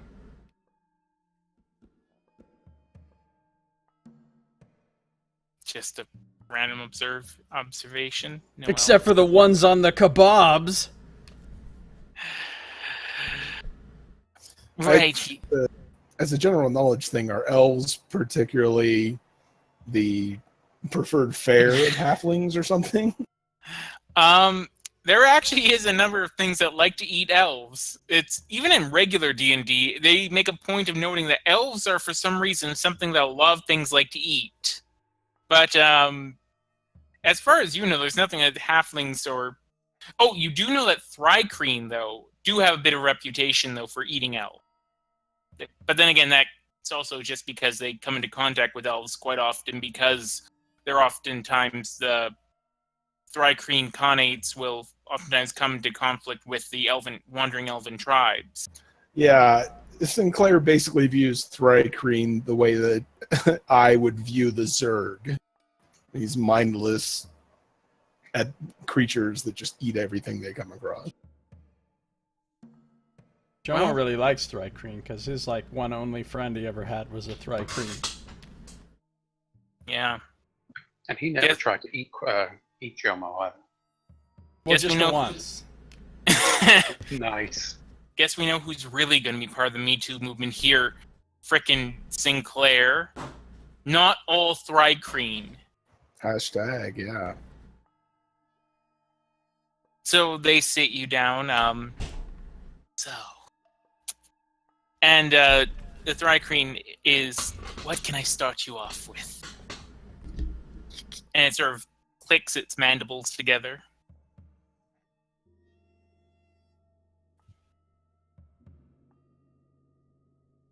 Well, Jomo's gonna talk to it in Thrycreen, because of course I speak that shit. Okay. You do so. Some kind of meat and some water, please. Of course, some kind of meat. And the Thrycreen sort of scuttles away. So... Well, they probably want something else, too, to drink. That was just for me. Yeah, okay, the Thrycreen stops stuff. I'm sorry, I was just so eager to serve you. Well, what's on the menu for food and drink? Well, we have some tasty kebabs, and of course, some succulent skewers, some braised stew and meats. What kind of meats are on the stew and kebabs? Never ask that. Well, and the Thrycreen sort of pats you on the side and says, "Take a look." And he sort of directs your eyes to a nearby table where there's a half-giant chowing down on a particular plate. And the plate, you realize very quickly, he's eating appears to be fried elf ears. Just a drink for me. Whatever you have that's strong. You're still... Okay. Okay. Of course, of course. Wait, what? You got anything that's not elf? No, I'm afraid. I'm surprised to see one of your kind here, but I guess you too must have tasted such sweet meat. Maybe. You don't need... Maybe just water for me. Of course, it's just water. And it sort of scuttles away.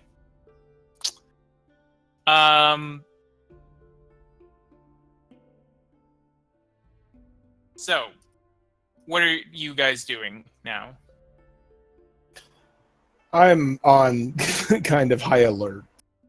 I I definitely am thinking that Jomo might be a potential grocery store delivery at this point, and want to make sure we don't get into some No, nonsense this was here. such a good idea. What are you talking about? What could possibly be going wrong here? This is the best idea ever. Well, I told you this place has a certain element of danger to it. It would appear so.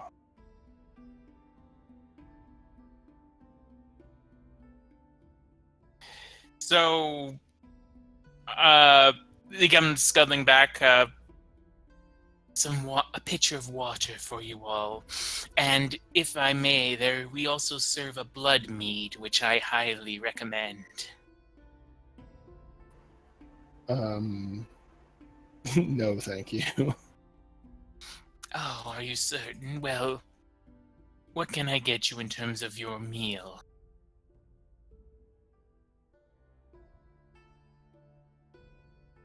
We're just stopping in for a quick drink.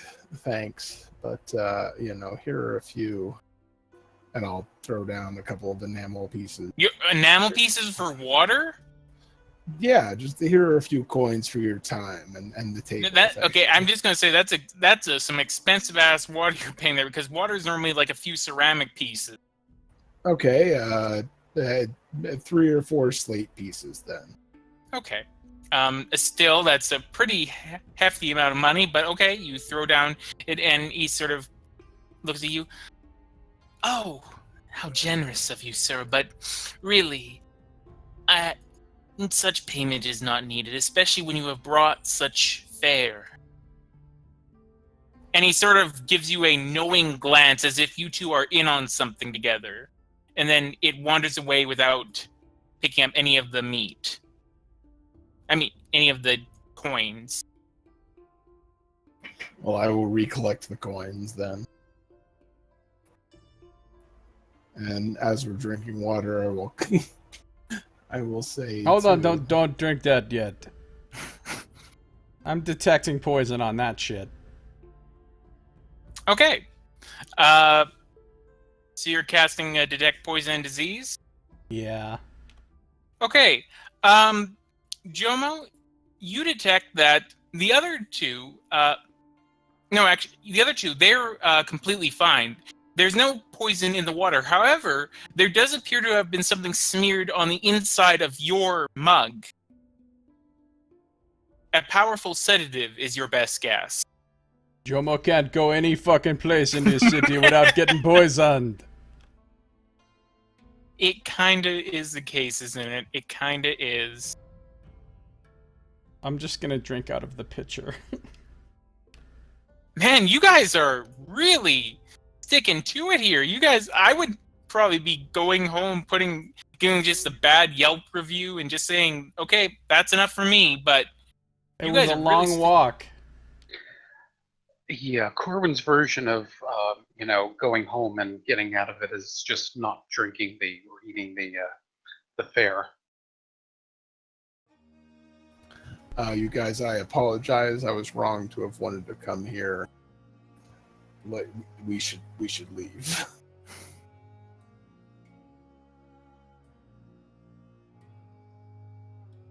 Gonna finish this water first.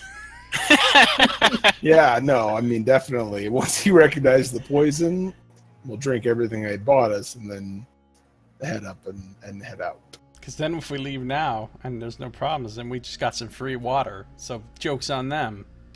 Leave them 1 slate piece on the table and time to go. All right. Well, as you're attempting to leave, the Thrycreen skitters in front of you and says, "What are you doing, friends? Where are you going? I thought we had an understanding." No, apologies. It's time for us to go. Thank you for your hospitality, and try and move past him. Well, Corbin will mutter under his breath, "We're off to get his brother." you're off to get his brother. Okay. Here we go with the Nox bluffs. Yep. All right. Yeah. Make that bluff check.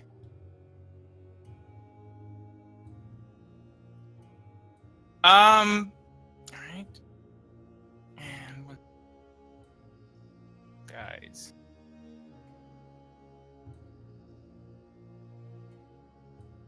He's actually got a pretty good one.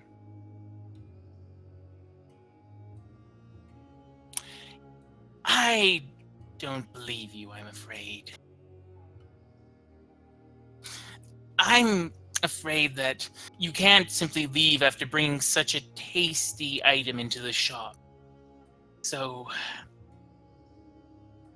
if you will just kindly leave the half-elf here, then you can leave.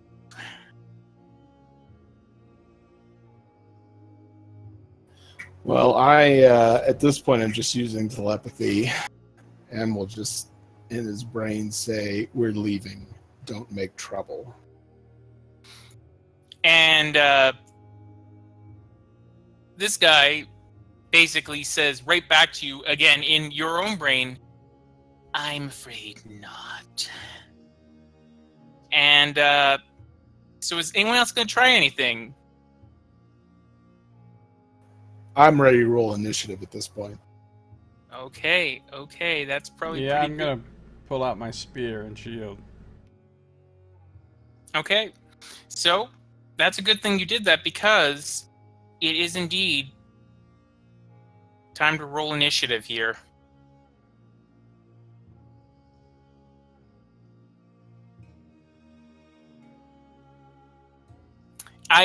I had to make this on the go, so apologies if the table's slightly large. No, it's fine. That's It's fine. good. Let me just I have to just enter a few more details, because it is hard to DM while you're meanwhile frantically trying to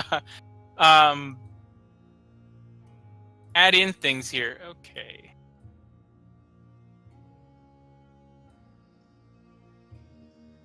All right. And landed on the turn. Enough. Okay. Okay, Jomo, got you now.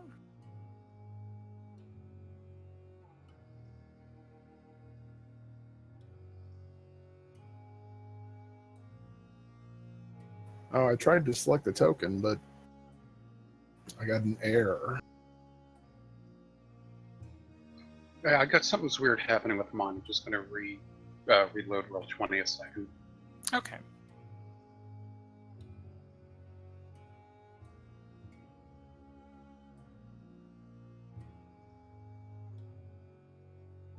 All right.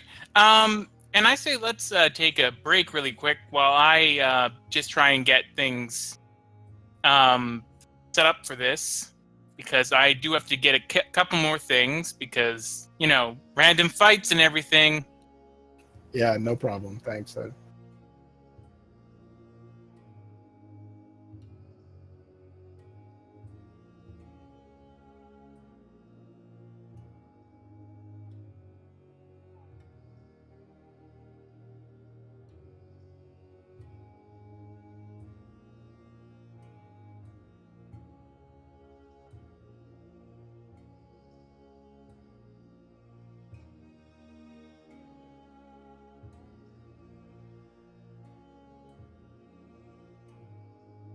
At least you can listen to this very calming music Yeah, boss. Everybody just hates Jomo. right Everywhere he before you're about goes. to die. They kill him. Yay. They want to eat him. Mm-hmm. The hell is it? Where did I...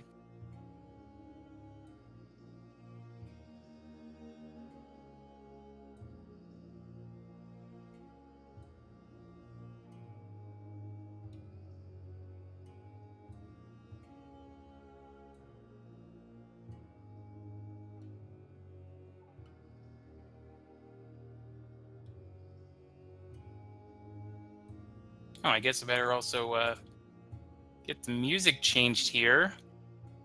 It's now...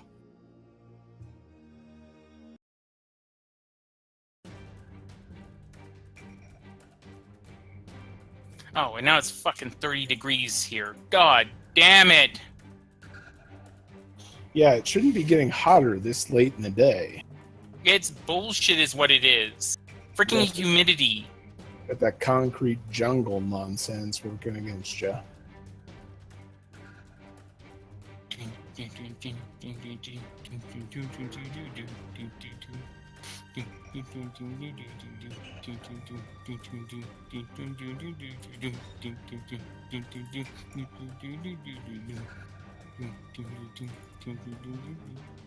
Why can't I find this thing? Where is it?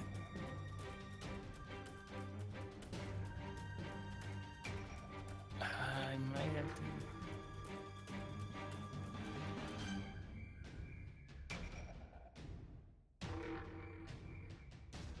Fuck these motherfuckers. They're going down. Look, Yeah, if I mean, what could go wrong here? This is was a great idea all around. I think we pat on the back for this incredibly good idea. Oh, I want to use that one. Kids, We just wanted a friendly drink. look, I want our money back. You guys literally didn't pay the money. No, I want our money back on that guidebook. Fucking guidebook doesn't tell you about this place. Well, my guess is this place isn't exactly something that's right at the top of, places that are expected to be visited. This is really kind of a down-key, low-key place. Look, if I'm writing a fucking travel guide to a city, and there just happens to be one bar in that city where they will just kill you if you go in there, I should note that in my guidebook. Well, they won't just kill you. They specifically, it's just one person here they want to kill and eat. I'm not even a full elf. Yeah, but they do not give a shit here. Sorry, just desperately going through my things trying to find the picture.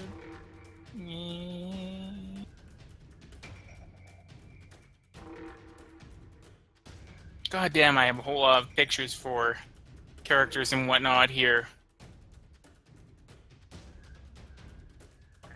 The worst part is there's all these pictures that are really cool that I really wish I could use, but there's some element that makes it clear that it's not Athos in them.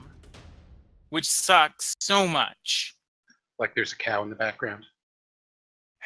Yeah, like there's a cow in the background. That's... Knox, when you're playing a Dark Sun campaign, all cow in the background images are totally Athos. Yay.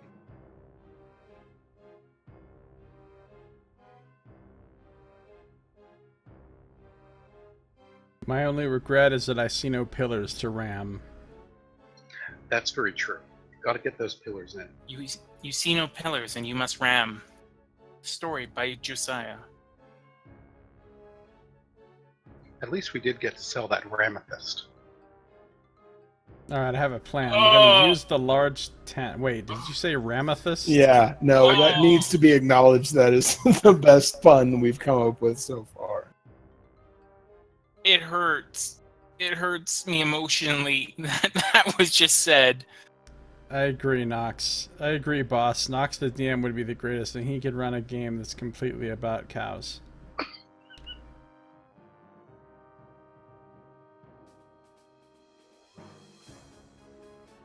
A barnyard game.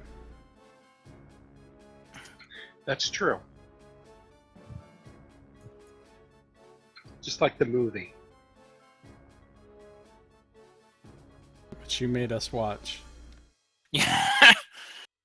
That will forever haunt our dreams. It was Forever. an awesome experience.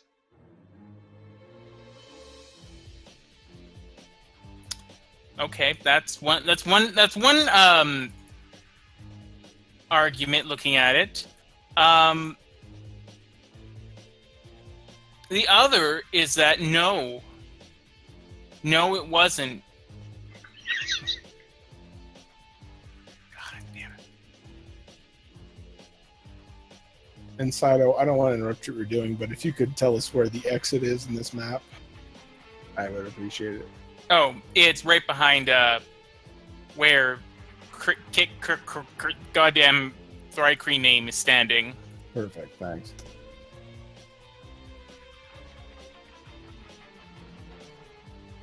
Exit? Oh no, there is no exit.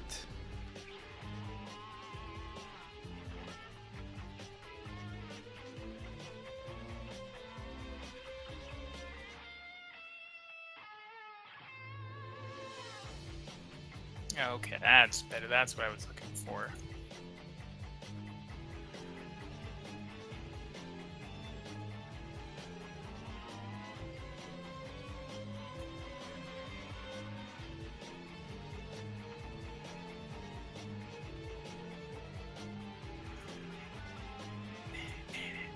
This is some very riveting adventure here.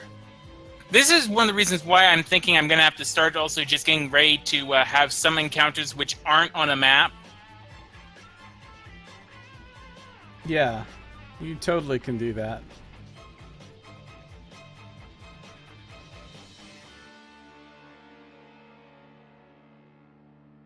You can have all the encounters not on a map as far as I'm concerned.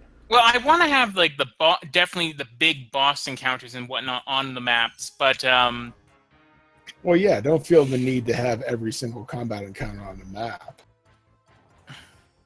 It's not 4th edition, so you don't have to, you know. Yeah, I grew up in Palladium where Palladium. he didn't have a map at all, basically. No, but you had damaged locations for days. Yeah, back in the old days, all the way up until late in the 3E era, I never used any maps when we played D&D or any other RPG, and it always went fine. Yeah, the first one I ever saw a map in was Hero, and that that was just at the twilight of my gaming career, basically in high school.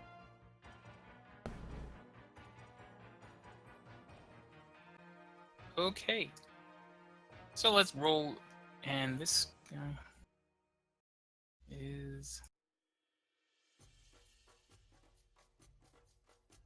Alright, let's roll initiative for these two finally.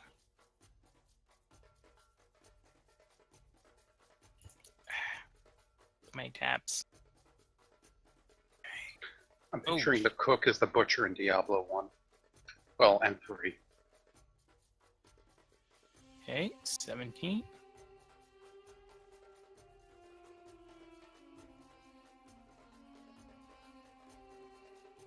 And...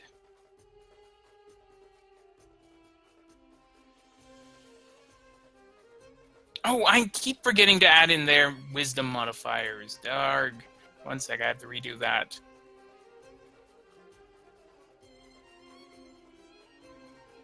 Times 4... Wait, the NPCs get the same advantage as PCs? Ugh, overpowered. I know, right? Okay, there we go.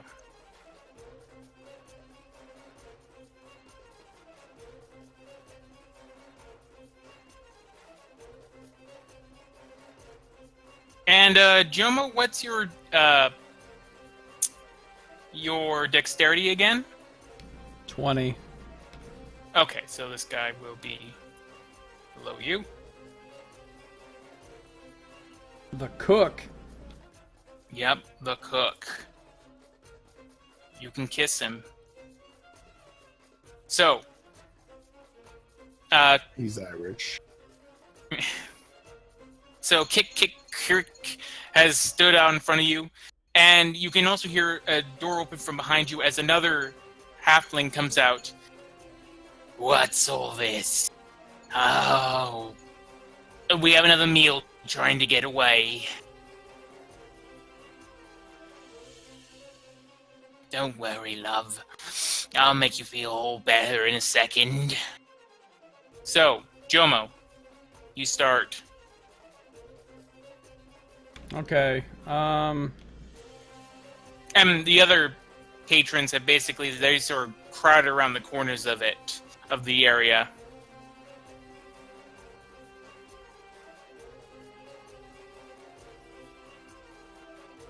I'm just gonna delay and wait and see what they do. Okay. So the cook is gonna come barreling up to you. I'd say, yeah, he'll go here. Comes barreling up to you, Jomo, and he is going to take a swing at you with that cleaver there, and that is I assume he's not moving in a manner which would allow me an attack of opportunity. No. Coming at me with a cleaver. Mm-hmm.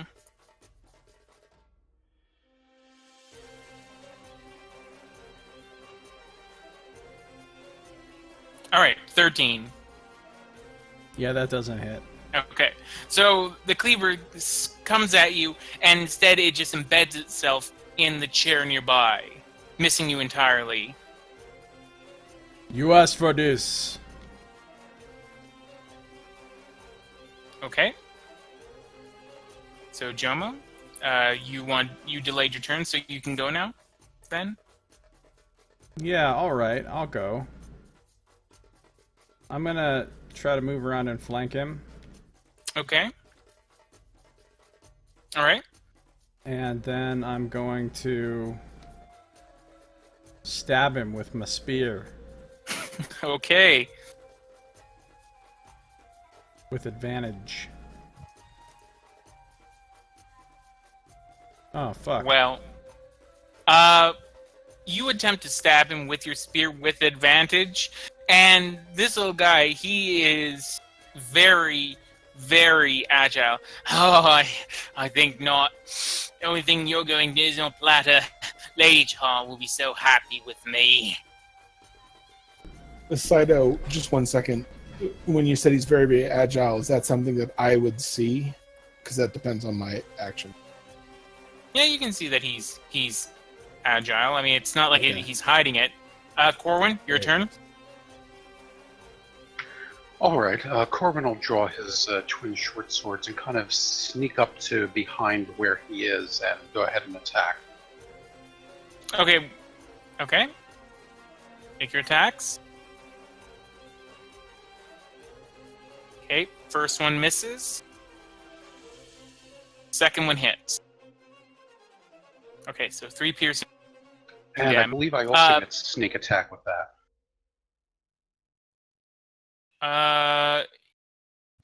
Non-incapacitated ally within 5 feet. But this is your offhand. Oh, but you get it once per turn, that's right. Yeah. So, okay, yeah. Go ahead.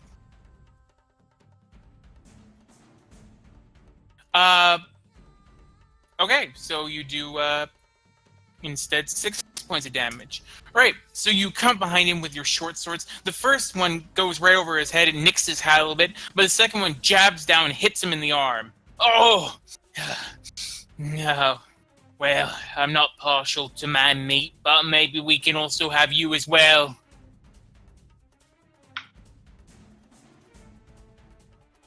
Sinclair, your turn. Well, seeing Um, that... Sorry, Also- go ahead. Yeah, Oh, right. I'm also... That's right. Another thing I mean to do is that I'm also doing a thing with facing. So, basically, if the guy is facing you, even if there's your ally is behind them, you do not get advantage if they're facing you. But right now, he's facing Jomo, so you would have advantage here. All right, yeah, okay. So Corbin went low, I'll go high. I'll swing my quarterstaff in to get him. Okay. Alright, does that hit?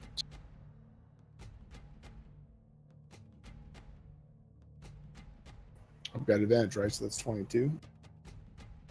Oh, that's right. You do have advantage. Okay, so yes, that does hit. Ooh, nice. So I'll go ahead and go with the bonus action. All right.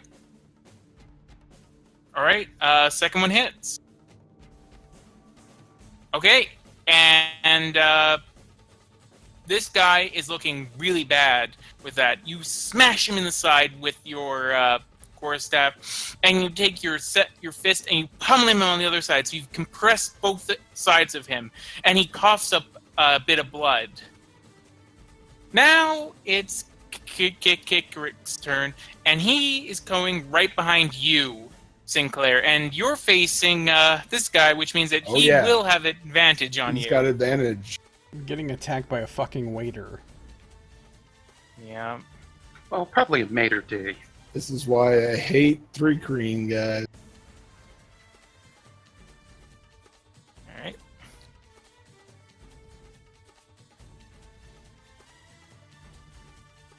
16. Oh, and I have to roll again because... Yeah, you gotta roll again. So... Both fail against my AC. Okay, well, he attempts to dodge him, but you just ain't there, you know? Nice. Jomo, it's your turn. Properly speaking, the cook should go before me because I delayed until after him last time. Okay. And the cook will go. So the cook is going to attempt to strike at you again with his cleaver. Jomo?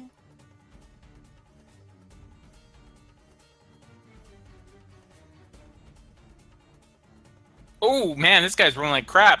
And he's still feeling incredibly off from having been basically stabbed and, crushed and stabbed and all that good stuff before. So he just misses you entirely.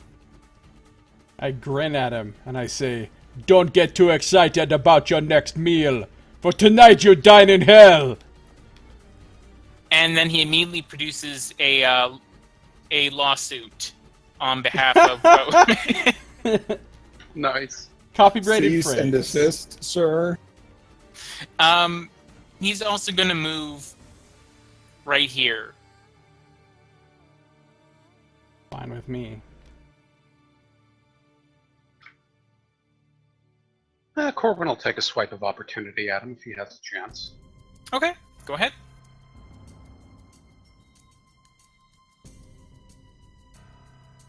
Oh! Oh shit! Well, How does it feel? don't even need to roll. So, Corwin, how do you want to finish this guy? Okay, so as he starts to dance and weave away, Corbin's just going to go and kind of see the pot-bellied rump and just go and stick it like a pig. And just go up and that way, slice it, and just dead. I'm gonna stick you like a pig. Not if I stick you first. Sorry. Lord of the Rings, Return of the King. Anyways, Nice. You do so, and so he's trying to, as he moves away, he sort of looks down and realizes that his entrails have hit the floor, and he stumbles over them. He lands face first on the ground, and you start hearing him saying, "Looks delicious," before he dies. That is twisted as fuck.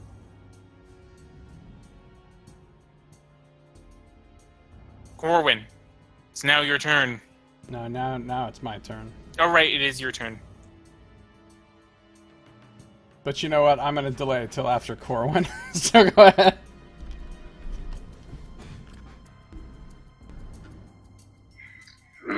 Well, surrender or you're going to be next. Corwin will go ahead around and flank him and make another attack on his on the high that he's Surrender or feeling. you'll be next, and then immediately attacks. Exactly. All right, make your attack. It's like he wants to stop but can't quite bring himself to do it. Okay, and this guy actually has pretty good AC, I believe.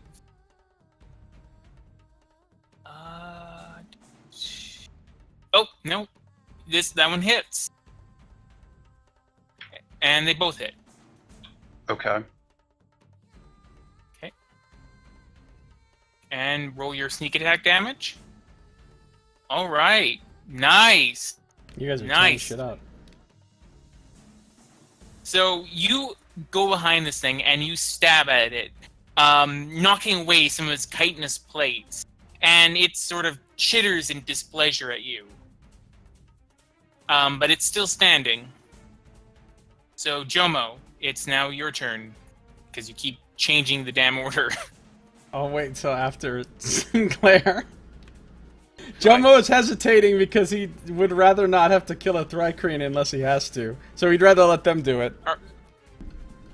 Alright, Sinclair, what are you going to do? Now, he is facing you now, so you don't get advantage. Yeah, I get it.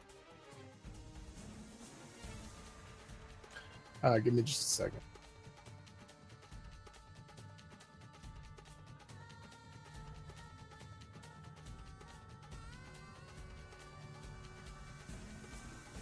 I mean, if this thing with facing turns out to eventually be too much of a hassle, then I might change it. But for now, I figured let's try and. Yeah, I think it's totally fine. I'm just gonna, flick back from what I did before and hit the quarterstaff in his direction. So Okay. here we go. Kaboom. All right, that hits. And then an unarmed strike is a bonus action to follow. That also hits. All So right. roll your damage You for guys are them. kicking ass. Okay. So both blows. Again, he thinks you have one fist, but you got two. So yeah, he is, again, more chitinous plates are knocked away, and this time you draw a little bit of its ichor from inside of it, but this thing is still standing. It is a hardy motherfucker. Oh shit, he's still up. I will, as an RP bonus action, nod to Corwin and prepare for the next round of assault. Okay, Jomo, it's your turn. All right, just glancing around, do I see anyone else looking like they're going to come at us? Right now, it doesn't look like it. It looks like the others are kind of wanting to see how this is going to play out. All right. I hate to do this to one of the Kreen, but you forced our hand. So I'm gonna come at him. All right. And what I'm gonna do is I'm gonna just come over here and try to stab him. Which way is he facing? He's facing at Sinclair. So there's no way that you can get flanking on him because the way that flanking works in 5e, you have to be directly behind him. So I get it. Okay. yeah.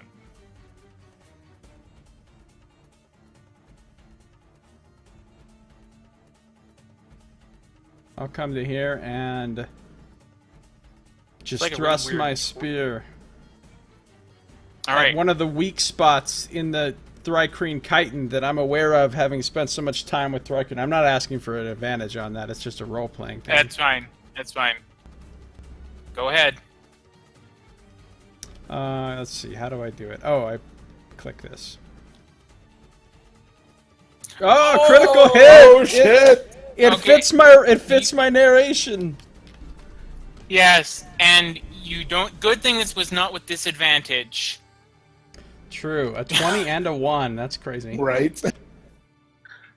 Oh, Now- actually, isn't there weapon breakage on critical successes? as Oh, well? that's true. That's true. Oh, and I forgot to do it with yours, but that's right. So it's your choice here. So you can do it with a crit.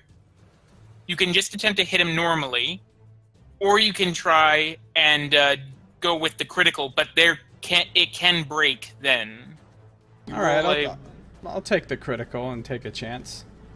Okay, then in that case, I'm gonna need you to 1 sec. I believe it's 20. 1 sec. Oh, okay, 1d4. Roll 1d4. Okay, you're fine. Doesn't break. How do you want to end him? Finish. All right. So looking at a weak spot in the chitin, just underneath where like a sort of main thorax plate would be right before the abdomen starts, I just sort of duck down low and thrust straight up into that spot with the spear just impaling him right into his insectoid heart. I'm sorry. And he just sort of chitters at you and then dies. Well, this was certainly an eventful meal. The other patrons are just sort of looking at you three, and you can tell that aside from the fact that Jomo, they're still looking at you rather hungrily. They're also kind of freaked out by how easily you put down those two.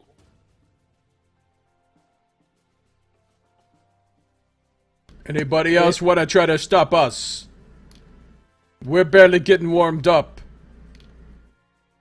Oh, so I'm going to be happy about this, says one of the patrons. And I will I would just move down in front of Jomo and say, "We're leaving now." Anyone have a problem with that? They all just sort of look to each other and just sort of go. They just sort of shake their heads or just they stay motionless.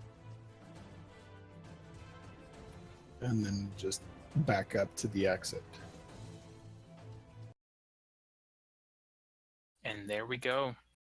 And so ends the wonderful time at the Hungry Hungry Halfling. Now we've murdered some people in a inn. Or a Yeah, tavern, which is a good a point. restaurant. So yeah, you've finished that, but you did just kill several people. So now, having left, blood still and ichor still dripping from your weapon.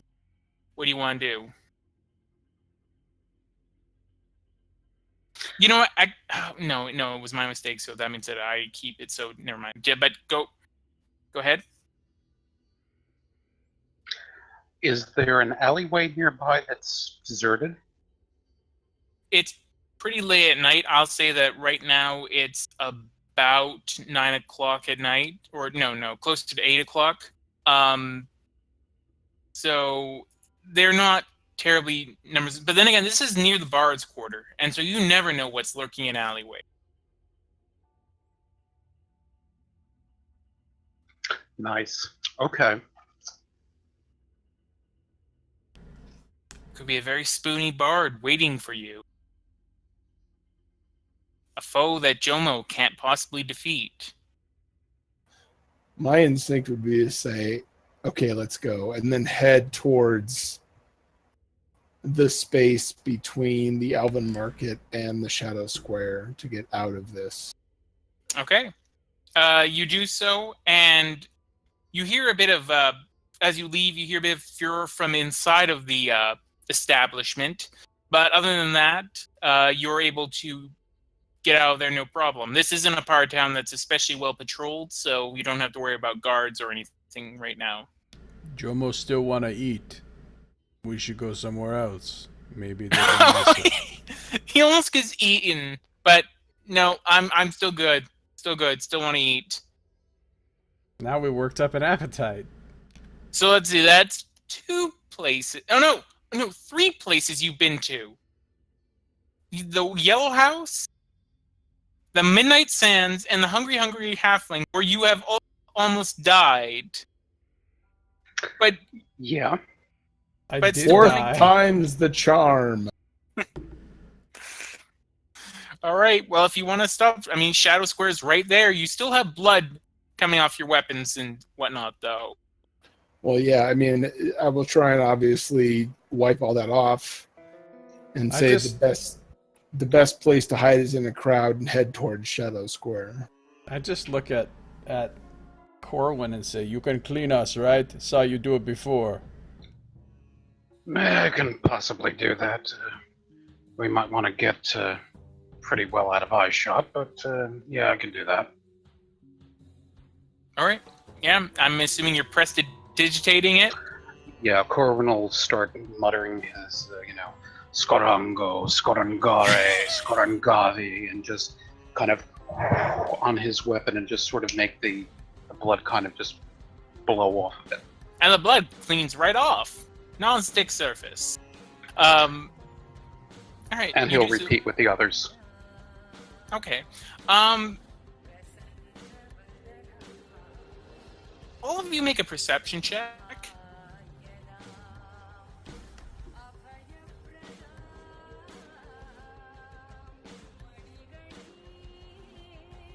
Well,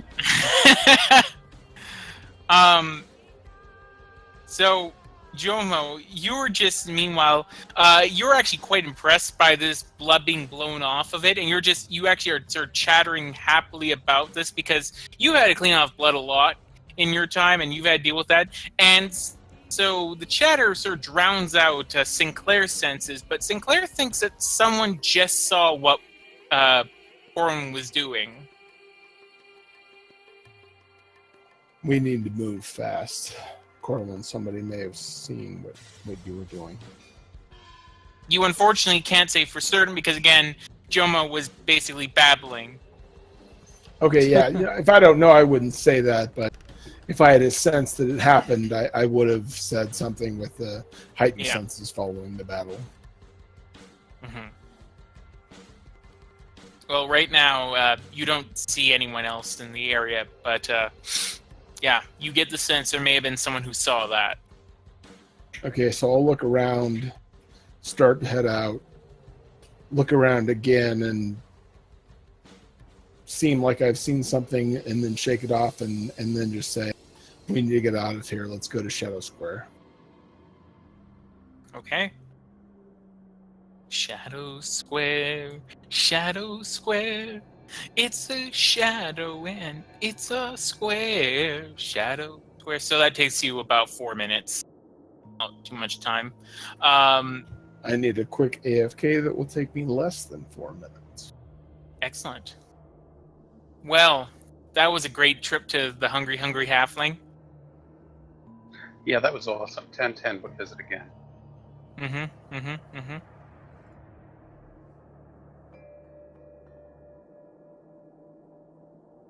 But yeah, I guess in the future I'll have to just get myself more. And by the way, I had named that particular sheet the best idea, like the page of that. Excellent. Once again, I'm gonna restart Roll20 because it's starting to get bajiggity with.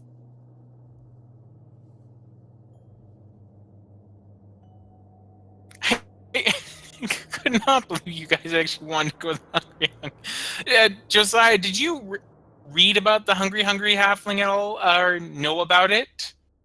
Nope. Yeah, because right here it's literally a bar or not a bar, but a inn, or not even inn, just a public house or like that's well known for non-humans frequenting it, and basically them eating half elves and elves.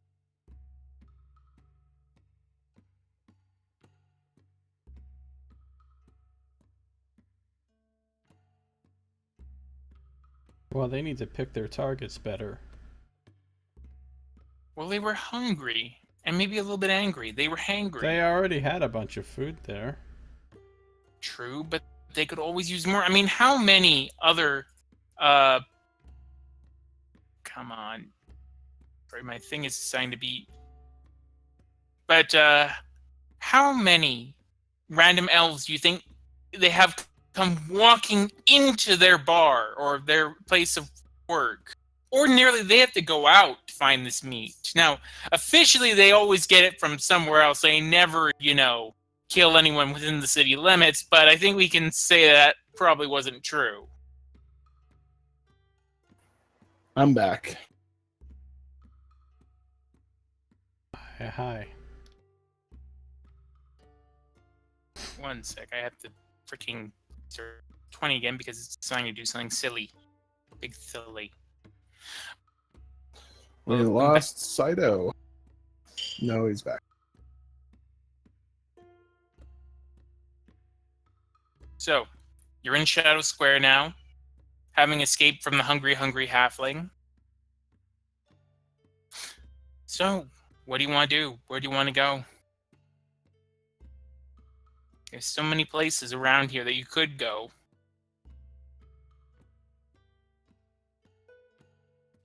Well, I'm sure we don't want to go back to the Midnight Sands. It's too much of a repeat of the night prior. You been inside the rat's nest yet? Not yet, no. No, I haven't. You could probably sell some paintings there, huh? That might not be a bad idea. Let's I'm check sure it out. They'd want some paintings of a rat. They sound Okay. like they'd have really good, clean food there, too. Yeah! Yeah, the Rat's Nest. It's well known for having only the cleanest of establishments. I mean, you can make a... Look, is there anything in the guidebook about it? Anything in the book about these places? the Rat's Nest, there's a small... It's listed as one of the wine houses that are in the area, and it's known as essentially the cheapest of them. It's basically the dive of choice among the less discriminating drinkers city. Yeah. That's what it says in the guidebook. The guidebook says basically we won't try to eat elves, but beyond that, no promises. Better than the last place. Exactly. Let's check it out. Corwin Alright, can sell some paintings. Alright, you hop into the rat's nest. And as promised, the rat's nest is kind of a scummy place. It's a hive of scum and villainy, one might call it. Whoop whoop. Copyright alert. That's one we're plagiarizing. But no, it's basically it's fairly dirty.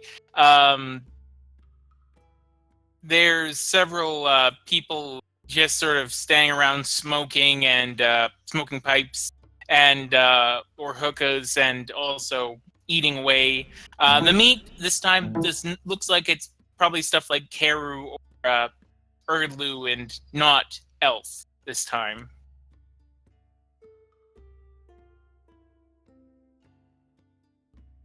Sounds good. Can we get a table or what? You can. It's not that crowded, so you're able to get a table pretty easily. Now, what do you want to order? Prices are basically the same as in the price guide, so under food and drink. So a pitcher, for example, of and they don't have any of the fine stuff here, as you might imagine. So they only have common wine and ale. Which price guide is it? The general price guide. Where is that? Oh, I see it.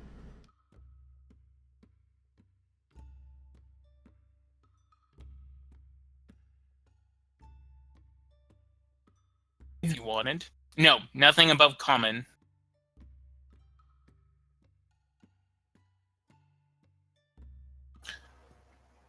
Well, Sinclair will be calling out for a flagon/gallon of common beer. Okay. We've had a rough night. We need some drinks over here. Some beer, please. All right, be right with you. And a sort of scabby-looking, I guess, young adult comes up and just sort of brings you a pitcher of beer in this sort of, it's a kind of gross-looking jug, but I mean, you've seen worse.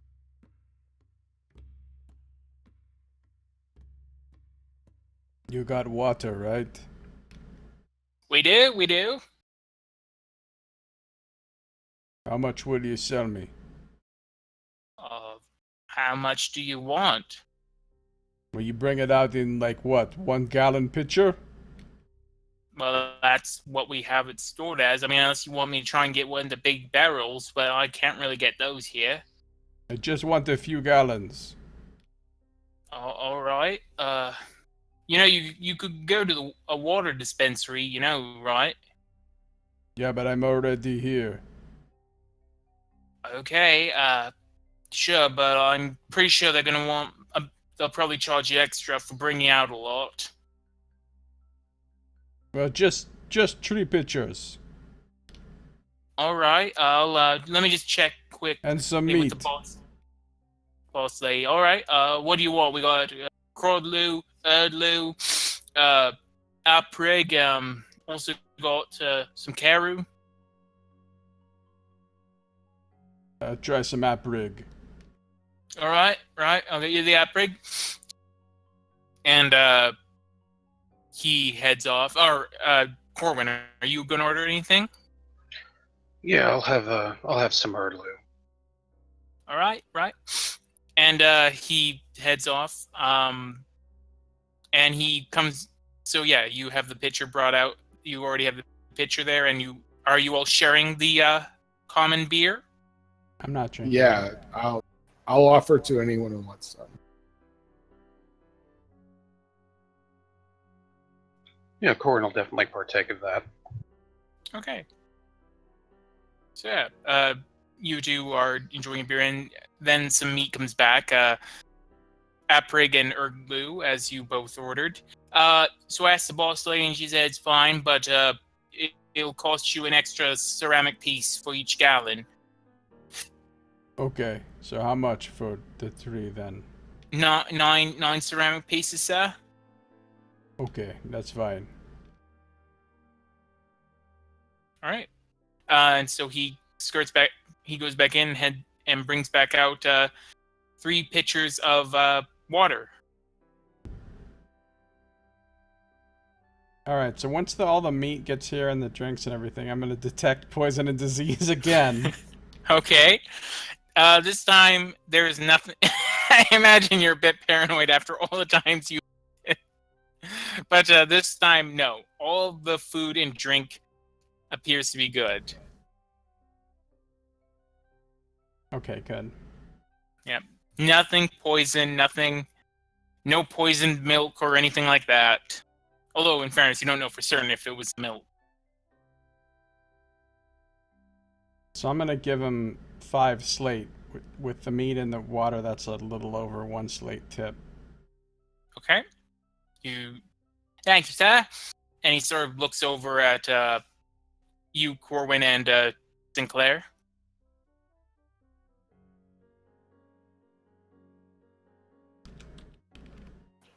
I'll cost him 3 ceramic pieces as a tip. Okay. But you realize that the pitcher of beer is 3 slate pieces. Oh, okay, yeah. So I'll do that. 3 and 3. Okay. Right, thank you kindly. And looks at you, Corwin.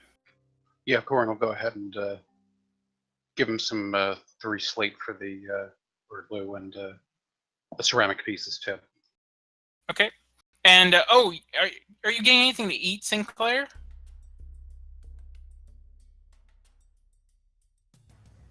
No, instead I'm just gonna chow down on a ration that I have. Okay. You do have a ton of ration.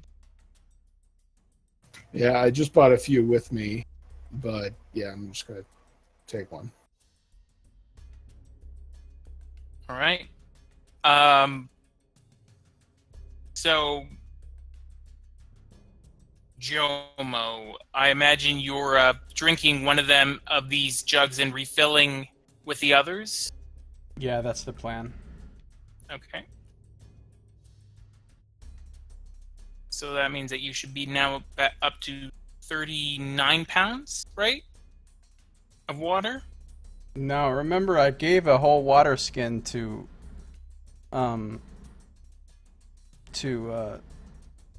Sinclair at one point. I've only got 28-pound capacity now. Okay. Instead of 40, and I've got 25 pounds of water. Although a lot of it is mixed with. Yeah, I think that you actually would have. I think you might have, for the last couple, have not been reducing the mixture because that's 5 pounds per day of that. So in terms of water consumption, why not? I mean, if Sinclair has it, are you then refilling his things? I mean, again, I'm just going to list the water skins as being under your character because that's just how I have it on the sheet. But yeah, the big thing I haven't recorded any of this as I was taking your capacity, so I'm not taking any of your water skins. I've been putting it into my own water skins. So whatever you had, just keep it with you. Okay. All right, well, I'm confused now. Okay, well, I have you at 39 if you're drinking an entire pitcher, or if you're consuming, because you only need 4 pounds of that, you can consume half a pitcher of water, and then you can use it. So you could completely fill up your water again. You could drink some more or what might be a better idea is to try and get rid of more of the soy mixture. So consume that and fill up the rest with your water there, in which case you would still have about... how much would you have left over there? You would have about 2 pounds, I believe, of regular water left over. Let me just make sure that's... Oh, no, wait.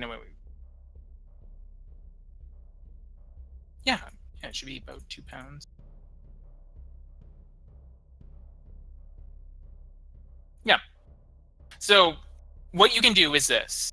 You can consume 5 pounds of your current broy mixture, and I have you done as 23 because I don't think you've been reducing it by 5 for the broy mixture to try and get rid of that. And then you can fill up your other water skins, although you'll still have 2 pounds. So you could say consume 7 pounds of the broy mixture, and then you can just fill up your water skins completely, and then you'll only have about 16 pounds of the water being that broy mixture, and the rest will just be pure water. Okay, sure. So how much water do I have now? You now have 40 pounds of water again. And of that, 16 of those pounds are of the broy mix. So those ones require you to have consume 5 per day of worth of. So yeah, you're back on full on water. Okay. But I'm not carrying all 40 of those pounds personally. Some of it is being carried by...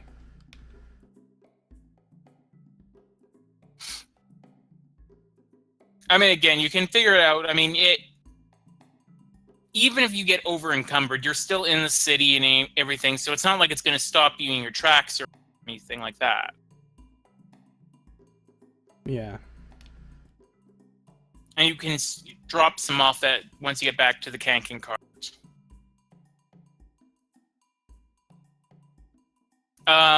So Corwin and Sinclair, you will still have to consume your water ration, though. I'll say if you can consume just half ration, and with the beer, that'll be enough.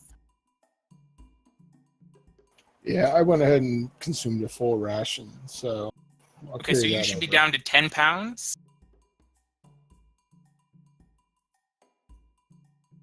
If you consumed a full ration, down to 10 pounds of water?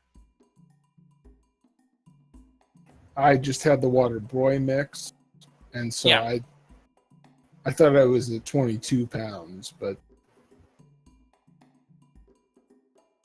Again, I think this is from the weirdness Oh, of no, people. yeah, I didn't, but you're right. I didn't consume yesterday's either, so... Okay. All right, so... I'll go ahead and set it at 10. Okay. And Corwin, you can just have the 2 pounds and that'll be enough. So you're at 17? Okay, 17 pounds of water. Okay.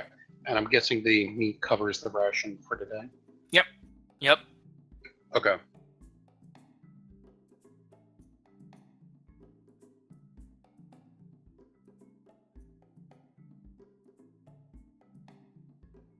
All right, so you all are eating, and it's generally... This is a much more pleasant dining experience, even though, again, it's not the greatest of bars. Or public houses or wine shops or where the fuck this is. Do we see any rat art around? Other than the sign that had a image of a rat, no, not really. There are rats in the place, though. There are actual rats on the ground. Did the image of the rat that was on the sign look more of a realistic or more of a caricature? Caricature. Okay.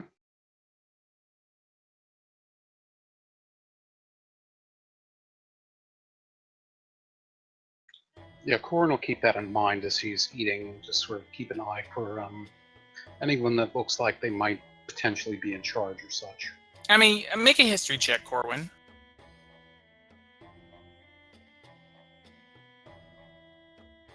Okay. I'll say you have heard some whisperings of the rat's nest, and you've heard that it may also be used as a fence, as a place for fencing stolen goods sometimes. That's at least a rumor that you've heard. Ah, okay.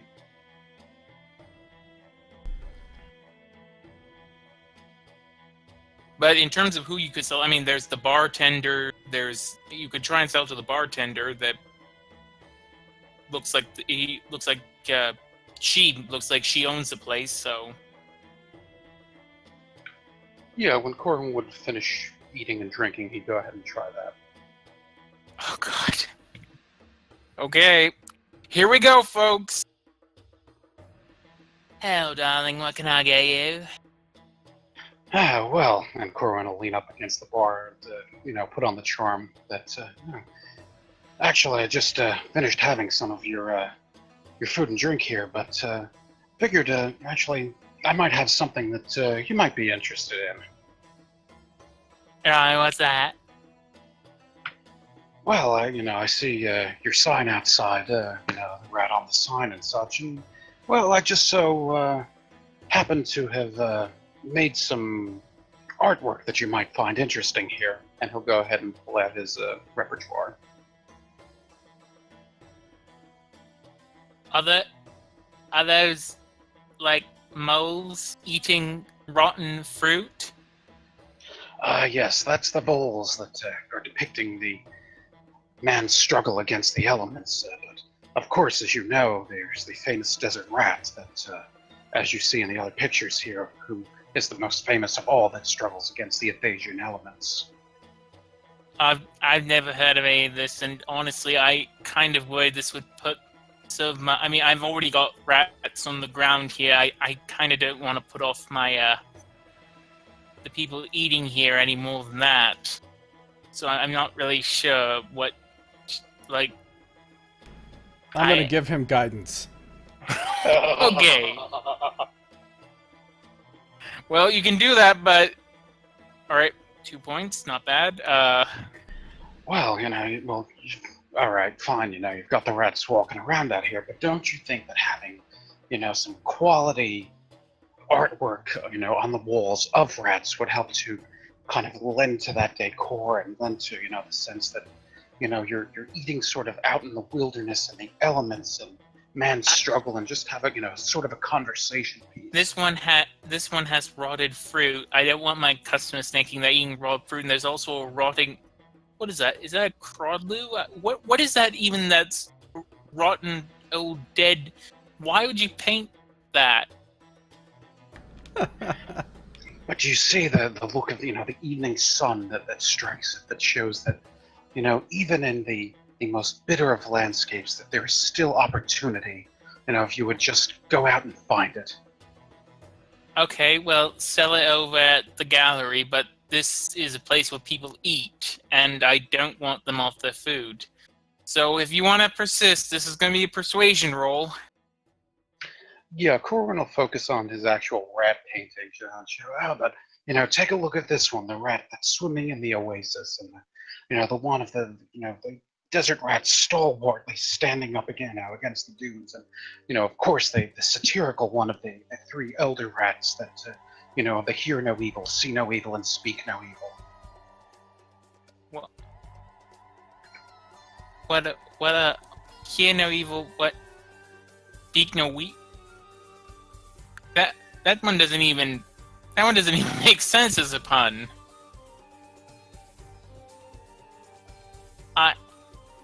What hear no evil, speak no. What saying is that? I never heard of a saying like that. You never have? Maybe it's more of a Balakan thing, but that if you blind yourself to your various senses, that you'll never see the opportunities that life is presenting you. I kind of want to blind myself to these things, though. I don't really want to buy them, so. Really? But I mean, why would why would it be named the Rat's Nest after all if it wasn't after the famous desert rat? Well, I've never heard of the desert rats, yeah, just make your persuasion roll, Nox. Just make that persuasion roll. Nope. You know the roll that you need to make. That's not it. Even here? Even here. 19 with that guidance. I know it is, but it's still not enough. He knows These the people roll don't he has to make. understand the value of branding. Exactly. I have told you what the roll you need to make is. I know you have. You need to start painting some stuff that people actually want. Well, I did sell that one painting. Yes, and that was again. That's basically a new era in Athos now. Yeah, I really don't want. Could you take these away from me? The one with the voles is really kind of making me a bit ill, and again, I'm actually working with rats on the ground here. Fine, fine. You don't see a quality chance when you see it, but fair enough. Have a good night. You too, strange, crazy man. All right, it's now about 9:30 at night. Maybe you can use illusions to make your paintings look like they're something else. Sell them and then the Nice. illusion wears off after you leave. Yeah, but then that would ruin the magic of it, you know? Exactly. Ironically, casting magic would ruin the magic of the sheer majesty of knowing that he had sold the painting despite the incredibly high bar that has been set for selling those paintings. There's got to be some weirdo out there that would like these paintings. Well, maybe you just need to find him. They would make it a prank, boss. Anyways, so you finish your meals. You're all feeling much better. It's now about 9:30 at night. What are you gonna do? Might as well go back and sleep, huh? Yeah, I'm pretty tired. Let's head back up. And Scito, I'd like to make a perception check just to see if there's anything out of the ordinary, if that's cool. Sure. That you can always make a check. Nothing that you can tell other than, again, just the odd rat running across the ground and the crazy man trying to sell the rat paintings. That's the only thing out of the usual, one would say. Corwin, they're insane not to pick up these paintings of yours. They are totally on brand for this tavern. Exactly. They'll end up regretting it one day when someone else makes an amazing rat tavern and picks up the paintings themselves and ends up in dozens and dozens of platinum pieces. I agree. But for now, let's head home. Anybody have anything else they want to do before we go head off to the tavern and sleep it off? Nah, I think home's a good idea. Jomo has had a big enough day. I know you have. And someone is right behind Jomo right now. I seriously had to laugh so hard when you tried to go. Did you not at all think it was a little bit suspicious it was called the Hungry Halfling? Corwin, every time she shows up, just show her your paintings. Sure you don't want to buy one? And Corwin will kind of fan him out, wiggle his eyebrows at her. You must have some kind of way of getting coins, Hirshu. What do you think of these paintings? Yeah, I think you both damn well know I don't have any means of getting coins. I also saw you bought the damn book, so yes, I will teach him how to read, as long as you keep up with your end of the bargain. I imagine we have many books between us. Your curiosity will be satisfied. Corwin will give a nod and a roguish smile at that. Okay. Corwin, the puckish, crazy rogue. All right, and you head back to the Kankin cart, which takes you about half an hour of travel. So now it's about 10 o'clock at night. Hirshu, do you mind keeping watch for us if we leave these books out for you? Just shout if anything happens. Well, I can't turn the pages of the book, so I'll tell you what. One of you, while you're couldn't one of you just stay awake and just turn the pages every so often or something? Corwin will make a certain gesture with his hands and say, Fenris, would you be so kind as to help change these pages on this book as our lovely familiar friend that As our lovely familiar friend needs them. Only if she says Yep. please, of course. I'm not a familiar. Do not call me a familiar. Yeah, Familiar tag team. Let the familiars talk amongst themselves, huh? We'll just thank What's you a for- familiar? You're getting more familiar to us, so that's all I'm saying. Fine. And she sort of looks down at Fenris, who is now appeared, I imagine. Oh, yes. Fine. As long as the rat will change the pages, I will keep watch. Fenris, this is Searshoe. She is here to help you. You are in charge. Just help her flip the pages when she wants. Fenris definitely in charge. Corbin will telepathically kind of relay that to Fenris in his own, little way, and just have Fenris sort of make like a stalwart pose of, heroic ratness. Excellent. Excellent. And Saoirse just sort of rolls her eyes as you put out the various books you have. And as you put out the various books that you have, and you all rest. So you put down your bedrolls and everything. There's still the odd stinging insect coming in through the hole in the roof. Let me actually just put it back to that lovely. Nice. Good. No place like home. Yeah, so as you all get comfy, Saoirse was just sort of sitting there with one of the books that says, keeps scampering and moving the pages with its little feet. And as you're falling asleep, you note that Saoirse is going through the books actually quite fast. She takes about, I'd say about 10 seconds for before she has to ask him to turn the page.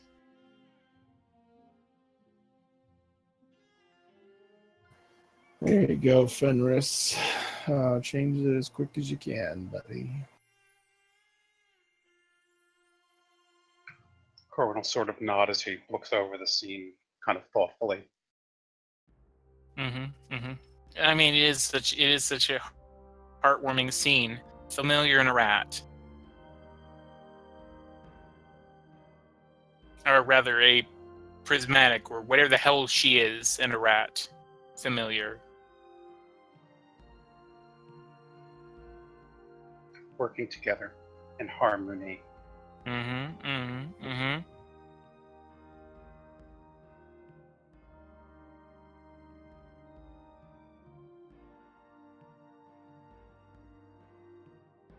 So, how long do you guys want to sleep? Because if you do a standard 8-hour rest, you'll wake up at about 6 o'clock in the morning. So you could rest 10 hours if you want to wake up at around 8, which is probably closer to when shops will be open. Yeah, I'm going for the 10-hour rest. All right. Yeah, yeah. All right, you do so, and you're all able to have a relatively good rest. The food wasn't as good as you had at the Golden Enix or the Midnight Sands, well, except for Jomo. It was better than it was at the Midnight Sands for Jomo, but it was still filling, and the night is relatively comfortable. Stinging insects and the sound of Saoirse going switch, switch, every so often aside. And then when the first rays of light begin to shine in of the day, or I should say later, it's no longer the first rays, being about 8 o'clock. As you first begin to open your eyes, you see Saoirse sort of sitting in a corner looking incredibly bored, as Fenris is sort of just sort of staring at her as if, it's not quite sure what to do. A pile of books right next to it. Oh. You said that you had a lot of books that there was to read. There wasn't that many at all. You didn't specify how many. I'm gonna try to get rid of her again. I'm gonna give myself guidance. Okay. Okay. And again, she says, "Oh, fine, whatever. I'm going. You don't even have to make me go. I'm going. Next time, more books, and yes, we'll deal with your reading issues later." As she then vanishes back into Jomo. I don't think learning to read is worth dealing with her. One of you could teach me how to read. I have a feeling she probably will be better at it in the long run.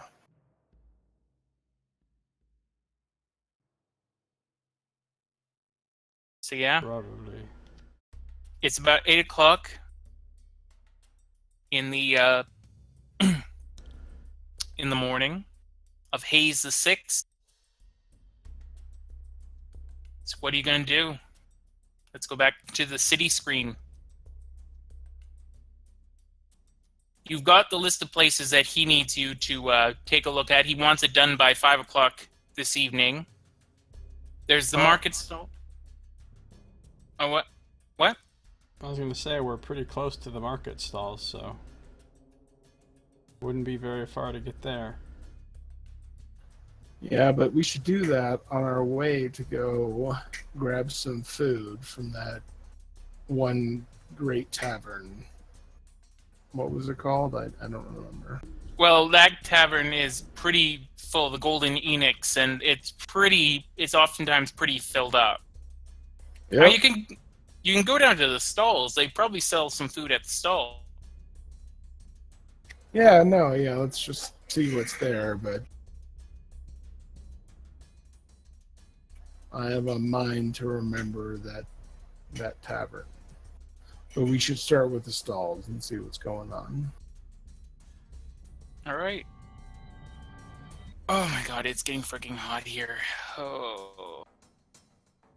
Okay, it's finally starting to cool down a bit, but holy shit, is it warm. I literally have a frigid breeze blowing on me right now. I had to Nice. turn down my air conditioner. Guys, would you actually mind if we ended off for today? Because it is brutally warm here. Oh yeah, Well, sure. this is a Saga, good yeah. time for it. It's a good time. We just rested. It's the start of a new day. Yeah. Yeah, that's fine. We All still right. have to go fulfill Sen's wishes. Then. That's what I said, then. All right. Well, in that case, Josiah, take us out. All right, well, that's going to do it for this episode. So thank you for watching. This has been Josiah Plays Dungeons & Dragons, the Shattered Crown campaign with DM Scito, 5th edition Dark Sun, Dungeons & Dragons game. See you next time.